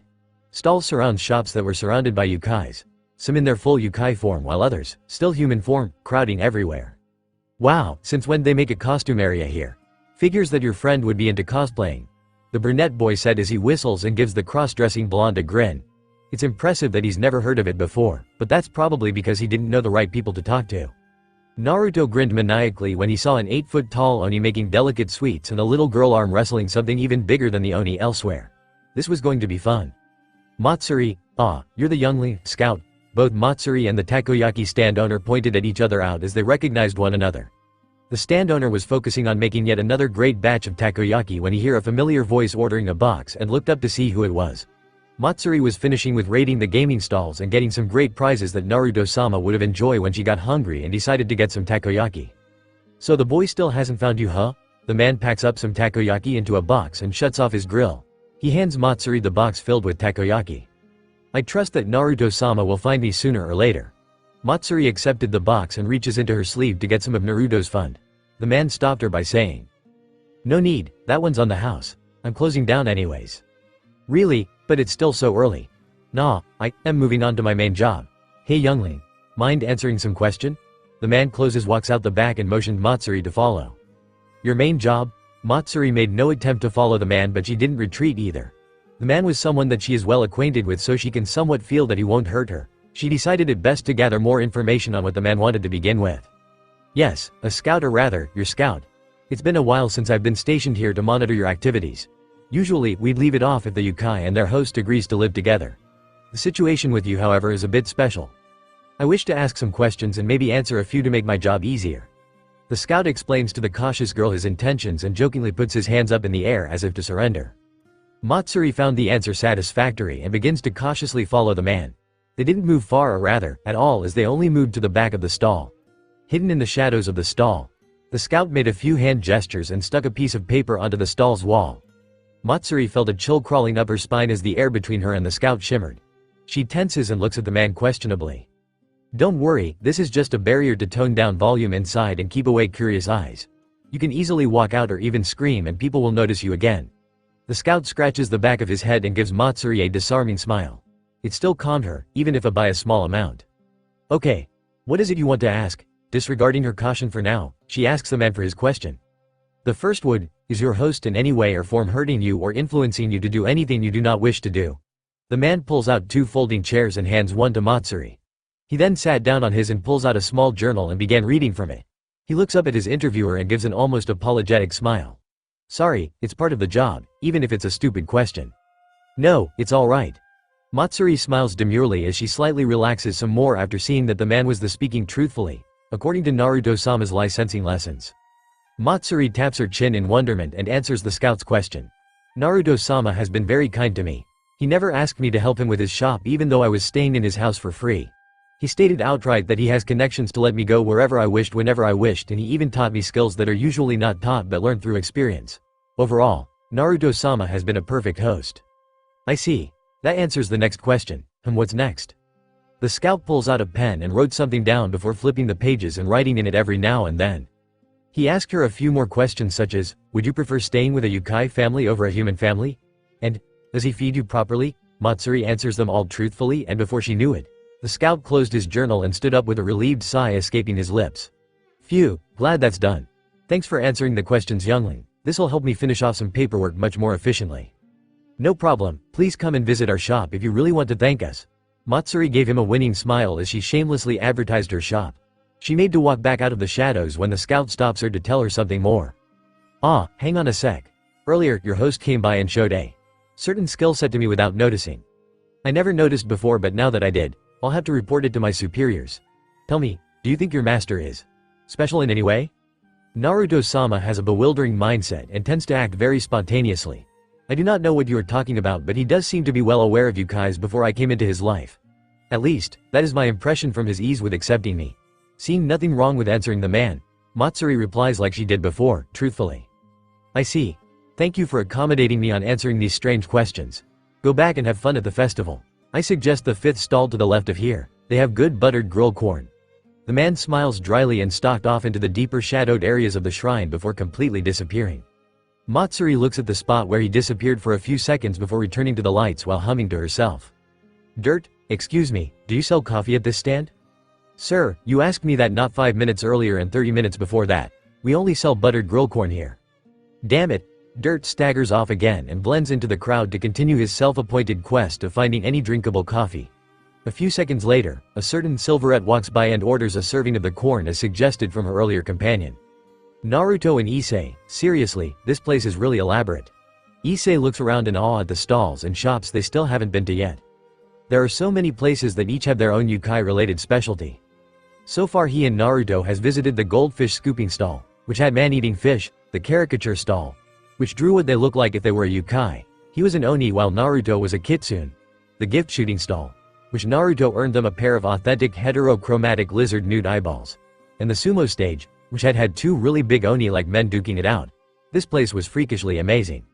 We've been here for a while, maybe we should go and find the others now. Naruto slurped up some yakisoba noodles while looking around for the familiar gate in which they entered. Huh, you're right. Wow, time passed by quickly. Issei pulled out his cell phone to check the time and found that time really has passed by without him noticing. In his moment of procrastination, he displaced his thoughts from being mindful of the crowd and bumped into someone. He fell down and looked up to see a half-drunk man. Ah, watch way ya goin', brat. The tipsy man glared down at Issei and squints his eyes. He looks over to Naruto and scowls prominently. Ah, why the hell are your kind doing here? Before Issei could react, the man AR of his yukata and heaved him up in an incredible display of strength. The now threatening-looking man made to say something but stopped when a hand grabbed his wrist. "Please let my friend go." In his panic, Issei made a half-turn to see who had said that. He identified his savior as the now-disguised Naruto, glowering at the man who held Issei. The man yelped and dropped Issei on his rear once more before pulling his wrist out of the blonde's hold. Naruto stepped in front of Issei and continued glowering at the man. The man glared at both Issei and Naruto as he rubbed his wrist, and Issei was just confused and scared shitless at the sudden atmosphere of near violence. It continued this way for a few more moments before another man broke through the crowd and ran towards the man who grabbed Issei. The newcomer patted the offender on the back to grab his attention, and then the two had a heated whisper discussion. It was really a half-whisper conversation, seeing as the drunken man said everything in full volume. Issei heard a few lines like, "But they're probably host. Why, they here. Visit. Fun is all." But couldn't make heads or tails of their conversation. Sooner or later, the drunk conceded to the other man and stepped back. The other man stepped forward and bowed his head towards Naruto's and Issei's direction. "Ah, sorry about that. My friend had a bit too much spirits and couldn't tell where he was. It was an honest mistake. Sorry about that." The man looks up with a goofy half-crooked grin and silently asks for an acceptance to his apology. "That's okay, just please be more mindful of others." Naruto nodded slowly but still kept his glare. The man bowed a second time before turning to drag his drunk friend away. Just as they disappeared into the crowd, Naruto turns around and pulled Issei onto his feet. He then grabbed Issei's hand and walked off in the opposite direction of the other two. "So what was that about?" Issei breaks the uncomfortable silence that persisted as the two walked. Naruto paused and lets go off Issei's hand. The blonde turns around and Issei could literally see the change from serious to droopy on his friend's face. He looks at Issei with a lazy demeanor and gave a slow blink before saying, "No idea. Probably just some drunken rambling," Naruto simply said while giving Issei his lazy stare. Issei didn't believe one bit of that but decided that if his friend was going to keep silent about something then he should just let it be. It's not like he even understood what that something was. He just knew that him being there drew the man's aggression. Perhaps he's the father of one of the girls that he, Matsuda and Motohama peeked on. That would explain a lot of things. They walked in silence once more, though this time, without any of the thickness of the earlier atmosphere. Once they made it past the worn gates from earlier, they walked to the stalls area. Naruto turned his head a few times as if to look for something and Issei followed along. He saw a flash of silver moving in the crowd and called out, "Matsuri." The silver head paused and turned to the voice. It took her a moment, but she sees the mop of blonde that could only belong to her master and spiky brown locks next to it. She navigates herself through the crowd and smiled happily as she sees her master and friend. "Hello Issei-kun, Naruto-sama. Did you enjoy the festival?" Issei flinched as if he remembered something bad and gave an awkward smile. Naruto nodded his head and asked her the same question with a drowsy smile. "It was enjoyable. How did you enjoy the festival, Matsuri?" "I had fun. Thank you very much, Naruto-sama." Matsuri bowed her head to Naruto to show gratitude for him giving her money to enjoy herself. Naruto waved it off and Matsuri raised her head again. "Is Dirt-san not with you?" The silverette looks around to locate the last member of the group but found that he was missing. "Meh, the guy's probably off trying to find coffee or something." Issei quips at Dirt's affection for coffee. "I don't know, maybe poor little Dirt got lost in the crowd." Naruto follows up with a grin. Beep beep beep. Before the group could continue their conversation, a speaker rang overhead and said, "Attention all festival participants. This is an announcement from the Lost Child Service. Will the parents and or guardian of one DERTAERG please come and pick him up? I repeat, will the parents and or guardian of one DERTAERG please come and pick him up?" Dirt. The group scrambles to find the lost child office. I seem to have run out of coffee," Dirt says as he puts down the ever-present cup of coffee in his hands. Naruto drops his controller. Matsuri drops her broom. Issei drops his pencil. Eerily, the three turned their heads to Dirt's direction as one, mouth agape and eyes widened in shock. "What, did I miss something?" Dirt looks around at those staring at him inquiringly. Chaos exploded. "Matsuri, go get coffee ASAP." Naruto jumps out of his chair and orders Matsuri to go to the kitchen to prepare Dirt's life essence. He then walks over to Dirt and pats the man gently while saying, "Breath man, it's okay. Matsuri will get some nectar immediately. Don't die on us here." "Yes, Naruto-sama." Matsuri bolts over the counter and enters the kitchen immediately after Naruto's command. "Hello 119. This is an emergency. My friend is rapidly losing the liquid that's keeping him alive." Issei pulls out his phone and instantly begins filling in the request for an ambulance. Isn't this going a bit overboard? I'm not so into coffee that I needed to live, you know." Dirt begins chuckling as he figures out the cause of the commotion. He feels Naruto's deadpan drilling through him on his back without even turning around. He sees Issei closing his phone and turning around to add another deadpan to the group. Matsuri sticks her head out of the kitchen and adds the third and final deadpan. You drink this stuff every day. You never seem to not be drinking the thing. Frankly speaking, I wouldn't be surprised if your blood is 99% coffee, Dirt-san. I limit it to only 20 cups a day, you know. That's still a lot, moo, so mean, and here I was hoping to teach you kids the ancient art of coffee making. Dirt attempt to pout which caused Issei and Naruto to back off while Matsuri stuck her head back inside the kitchen. So you wanted to show us how to make coffee? What's the point? Even Issei knows how to use a coffee machine. Probably. Naruto picks up his controller off of the ground and sits down again while giving Dirt a raised eyebrow. I'm not going to give you the pleasure of replying to that. Issei scowls in Naruto's direction and returns to his homework. Coffee machine? No, I don't mean that pathetic and miserable excuse of a half-assed drunken monkey bartender with no hands. No, what I mean is real coffee making.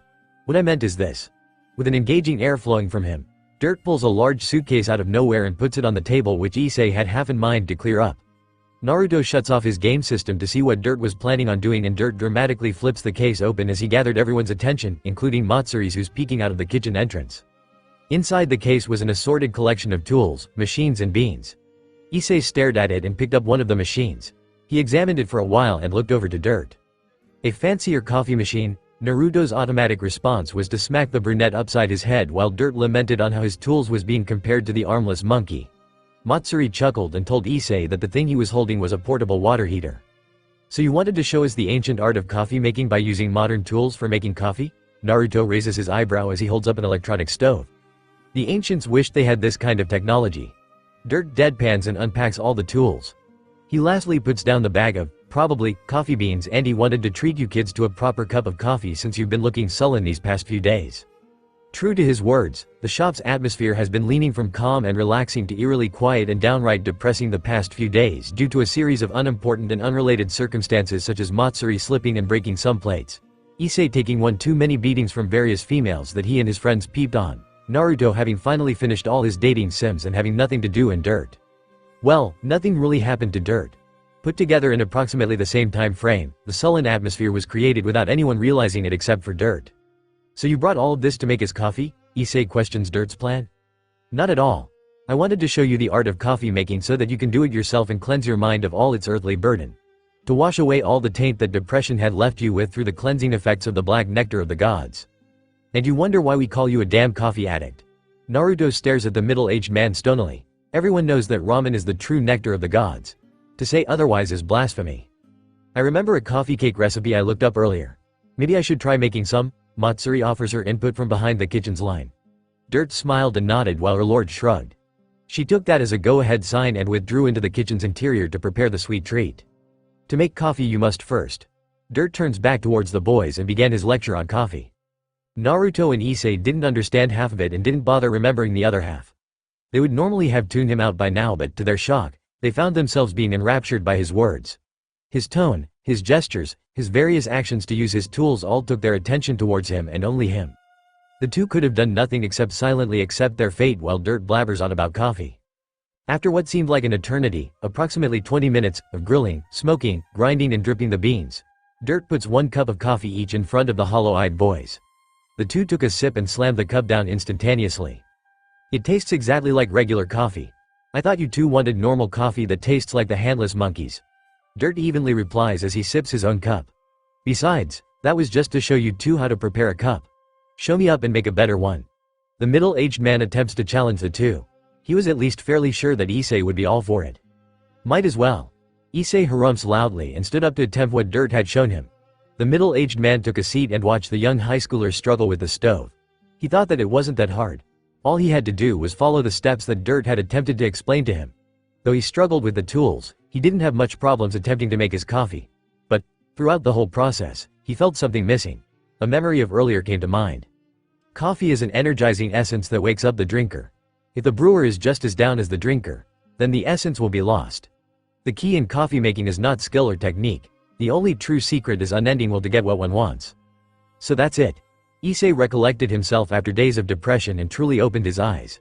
So what if the kendo club has given such a rough beating? That should be nothing in the face of a harem king. A harem king is one who stands above all others and face tribulations after tribulations without flinching. What is he doing now? Why is he moping around? This isn't how a harem king should be. If he wanted to be a harem king then he should be standing strong with his back straight. Ooh. The brunette abandoned his earlier attempt at coffee making and begins to redo his work with renewed vigor. Everything he does, every step he finishes was imbued with the energy that would have light up Tokyo for days on end. From the roasting to the grinding and even the brewing, the boy did everything with absolute confidence and energy. Dirt smiled at the boy as he figured out what the middle-aged man was trying to do. Naruto perked up with interest as his previously lethargic friend suddenly brimmed with energy. Order up. Once the boy was finished, he poured the final product within 2 cups of coffee and served it to his 2 waiting friends.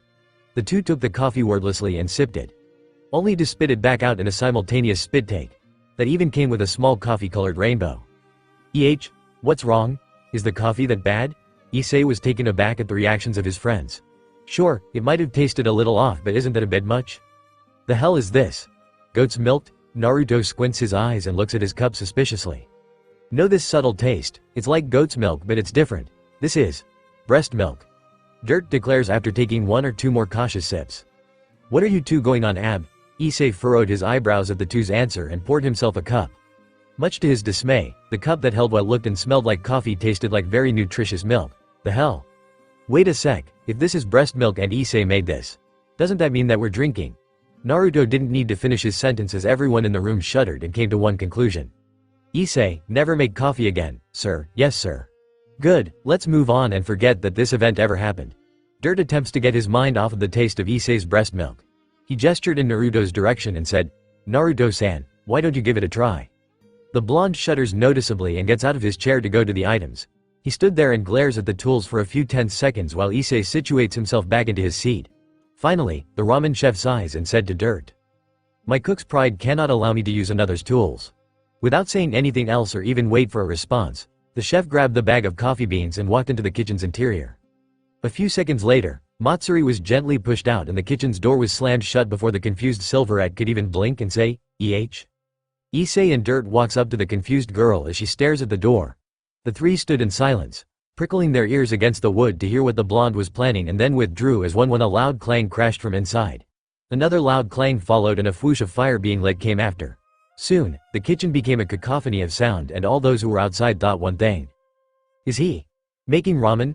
5 minutes passed and no change happened to the situation. Dirt and Issei walks back to the table while Matsuri decided to sweep the floor again. Dirt turned on the television to find something to occupy himself with while Issei went back to his homework.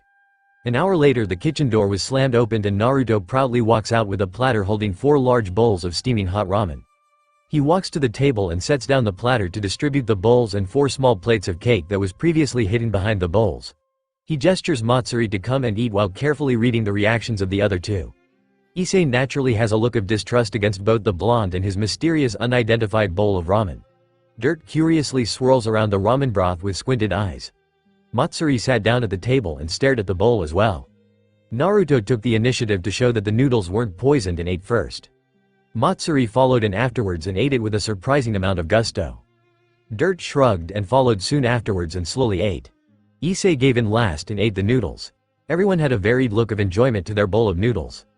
Naruto, like everything else that involved the woe's bowl and cake in 30 seconds flat.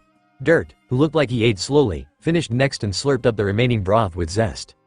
Matsuri was the third to clean off her bowl and cake with a contemplating lick of her lips. Issei finished last as usual and sat his bowl to the corner. The 4 sat in silence once more, each one taking up their own thinking pose. So, how is it? Naruto leaned back on his chair so that he can get a good read on everyone. The others gave his question some thought and it was Matsuri who answered first. I liked how you instilled the essence of the kitsune ramen into my bowl. The flavor of your dark coffee broth went well with the erratic combination that the kitsune special had to begin with. The cake that was supposed sweetened the taste bud against the bitterness of the coffee only went to emphasize the multiple combination levels of the saltiness and sweetness within the bowl. It tasted surprisingly well for such a strange mixture. As always, Matsuri gave a lengthy description of what she liked about the ramen to boast Naruto's confidence level. Though not as descriptive as Matsuri-san, I thought that you handled the flavoring of the dark coffee beans quite well.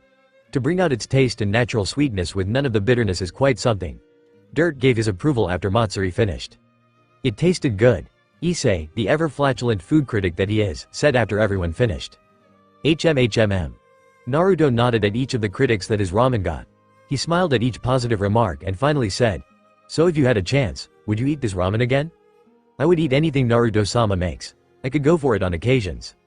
It's better than plain pork ramen, so sure, why not? Great. Then you can help me finish off the other 7 experimental pots. Dirt and Issei immediately made a run for the exit. He said that they got in line early. I wonder where they are. Issei mutters to himself as he walks along a crowded line that's waiting for the midnight release of a certain dating sim called Love School Fest. It's supposedly the second addition to the first Love School Fest. That Issei remembered he once bought an Otome version of and left at Naruto's but couldn't find any information about it on the net other than the fact that it's a ghost game afterwards. He had told Naruto about it as well as his intentions to buy the second Love School Fest, and Matsuri immediately jumped at the news. Somehow or another, Naruto ended up scheduling a meeting at the midnight release with everyone. According to the text, Naruto and Matsuri got there early, Dirt came a while later and Issei was the last one due to his homework. Who knew Matsuri was a fan of that franchise? After walking past half of the crowd and still not seeing them, Issei pulled out his phone and called Naruto's. The blonde answered his phone on the third ring. Hey Naruto, where are you guys? You must be pretty far off if you haven't seen us yet. What do you mean by that? Just keep walking and you'll see what I'm talking about, yawn. Geez, don't fall asleep before I get there. You're the one who planned this. At least have the dignity to be awake enough to buy the game yourself. Yawn, sorry, it's just really comfortable. Comfortable? It's half raining out here. How are you Konfor? Issei made a half-choking, half-snorting sound as he saw what Naruto meant. Ah, you're here. I see you over there. Hi Issei, a little distance off, Naruto started waving at Issei with one hand while he held a cell phone in the other. He was sticking his head out of a large orange camping tent that was big enough to comfortably hold 6 people. The tent had wheels under it and 2 oars sticking out on the sides. If that wasn't ridiculous enough, the smell of food that wafted out of the tent as he got closer sure made up for it. He ignored the weirded out look that he got from the other game buyers as he walked up to the tent and went inside. Ah, Issei-kun just in time. The hot pot is almost ready. Matsuri greeted Issei as he walks in. She sat at the low-lying table in the middle of the tent while cooking the hot pot's broth. Naruto was at one side of the tent playing his portable GS and rolling around comfortably on a bunch of blankets like some sort of lazy overgrown house pet. Dirt was on another side reading a magazine while sipping his coffee. Seriously, couldn't you have just waited in the line like normal people? Normal is overrated, Dirt begins in monotone, like it was a practiced line that he had prepared for this occasion. Eccentric people is what makes the world go round. Naruto finished with a smirk. Issei rolled his eyes and smiled in exasperation, he couldn't argue with that whimsical-sounding line. He walked over to Matsuri to help her with anything she might need help with. She asked him to prepare some plates and get the drinks from the cooler. He laid the plates and the chopsticks on the 4 sides of the table and filled 3 cups of ice for himself, Matsuri and Naruto. Dirt didn't need any as he already got his coffee. Another 5 minutes of preparations and Matsuri deemed it good enough to eat. Everyone, food's ready. Naruto Caterpillar crawled his way to the table and Dirt walked and sat down at the table. Once settled, everyone clapped their hands in unison and said, "Itadakimasu." Each one began chowing down their own food of choice. Dirt ladled some soup, Issei cooked some meat, Naruto got 2 eggs and Matsuri went hot pot shogun. It was a quiet meal that finished in roughly half an hour. Dirt volunteered to go throw away the disposables since he also needs a refill of coffee. Matsuri cleaned the mess within 5 minutes and Issei found himself with one problem. How's he going to spend the leftover 4 hours before the midnight opening? Naruto had his portable game. Dirt got his magazines. Matsuri isn't ADHD enough to lose her mentality after sitting still for more than an hour, but Issei has none of those features. He almost wished he brought some homework. Matsuri, as if noticing Issei's problem, tapped him on his shoulder and brought out a pink portable PXP system. Issei-kun, would you like to help me clear some roots from the first Love School Fest that I have trouble with? It's the Tsunere root that Naruto-sama refuses to touch no matter what. Matsuri gave a sort of troubled smile at Naruto's direction as the blonde noticeably becomes lazier in his fortress of blankets. Issei had to hold himself back from jumping the silver-haired girl while screaming, "Matsuri, you're such a bro." 5 minutes into game on the Tsunere route was all it took for Issei to nearly throw the PXP out of the window hole. Whoever the hell thought that the idea of combining the cool and collected attitude of a Kuwadere and the abrasive words of a Tsunere was a good one ought to seppuku themselves. Seriously, there isn't even a noticeable route. What kind of bad end is it when the heroine hands the player a poisoned bento with the classic Tsunere line? "I had extra, it's not like I made it for you or anything. HMPH. Even Matsuri's eyebrow is twitching noticeably. Ah, so that's it. Yes, the heroine just has bad cooking capabilities. All we need to do is raise the poison resistance stat for our character before continuing her route. Yes, that must be it." Matsuri decided with a scary smile on her face. Issei didn't even want to figure out how she plans on discovering the poison resistance skill. 20 minutes in and Issei starts to slowly back away from Matsuri inches by inches. The Silverette was letting loose enough concentrated killing intent to cause illusions of death scenarios to happen from the corner of his eyes if he stayed close enough to her. So far, they discovered around 2/3 of the bad ends that was programmed into game, and the heroine is still actively trying to kill them. First was the poison cooking, then came the accidental flaming arrow headshots. After came the real sword kendo fight wrestling contest, with her pet bears, plural. The latest attempt that ticked Matsuri off extra hard was the Hyorin, accidentally dropping a pot of steaming hot ramen broth onto the main character from 8 buildings up. 40 minutes into game and Naruto joined in. He gave the Tsunere one look and said, "Creepy ass Uchiha bastard." Though neither Matsuri nor Issei knew what an Uchiha is, they both nodded in yes when they registered the emotions behind his voice. Naruto really did throw the PXP out the window hole when he saw the travesty she did to Ramen. Dirt walked in a moment later, rubbing his head and giving the group a raised eyebrow while waving around a pink PXP. The group silently crowded Matsuri as she continued to play. 1 hour and 62 bad ends away, the group cheered as the Tsunere finally admits that she likes the main character's hardiness and occasional company. They groaned again when she drugs them and sold them off to some shady black market. Make that 63 deaths. 30 minutes after the first hour, Naruto, following Kurama's advice, discovers the hidden immortal skill that was a major part of the Tsunere route. The only way to get it though was to save the world from space invading aliens while playing in null fantasy-like setting. The group groaned some more and Naruto said the thing that was in the group's mind. Who allowed the idiot that wrote the game script for School Love Fest to write the Tsunere route? 3 hours and 50 minutes into the game and everyone half-heartedly cheered aloud again for defeating the third and, hopefully, final boss to finish the Tsunere route. They then quickly braced themselves for the death that is to come following anything that is good within the Tsunere route. After 5 seconds of dialogue and no sudden death, the group relaxes by a tiny fraction and pressed on. "Thank you for freeing me from the curse that has rid my mind. Though don't let it get to your head either. It's not like I like you or anything, HMPH. The in-game Tsunere said after kissing the main character on the cheek. Ah, finally. Something that's normal. Naruto basked in the normalness of the scene that played out before him. Finally, we finished this game fully. Matsuri puts down the PXP and gives a wistful smile at it. It felt good to finish one of her sister games, even if it wasn't School Love Fest. Ha ha ha, the anxiety of the game shaved off half of my coffee cup. That was truly a mind-boggling game.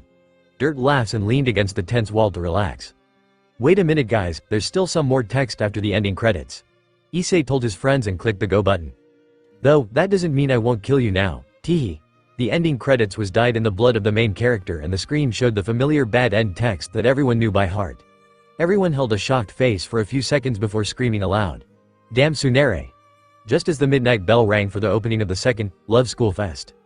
Incidentally and much to everyone's horror, the second game was held in the future of the first game and had the Tsunere as the mother figure. The first 3 minutes were filled with blood and bad ends.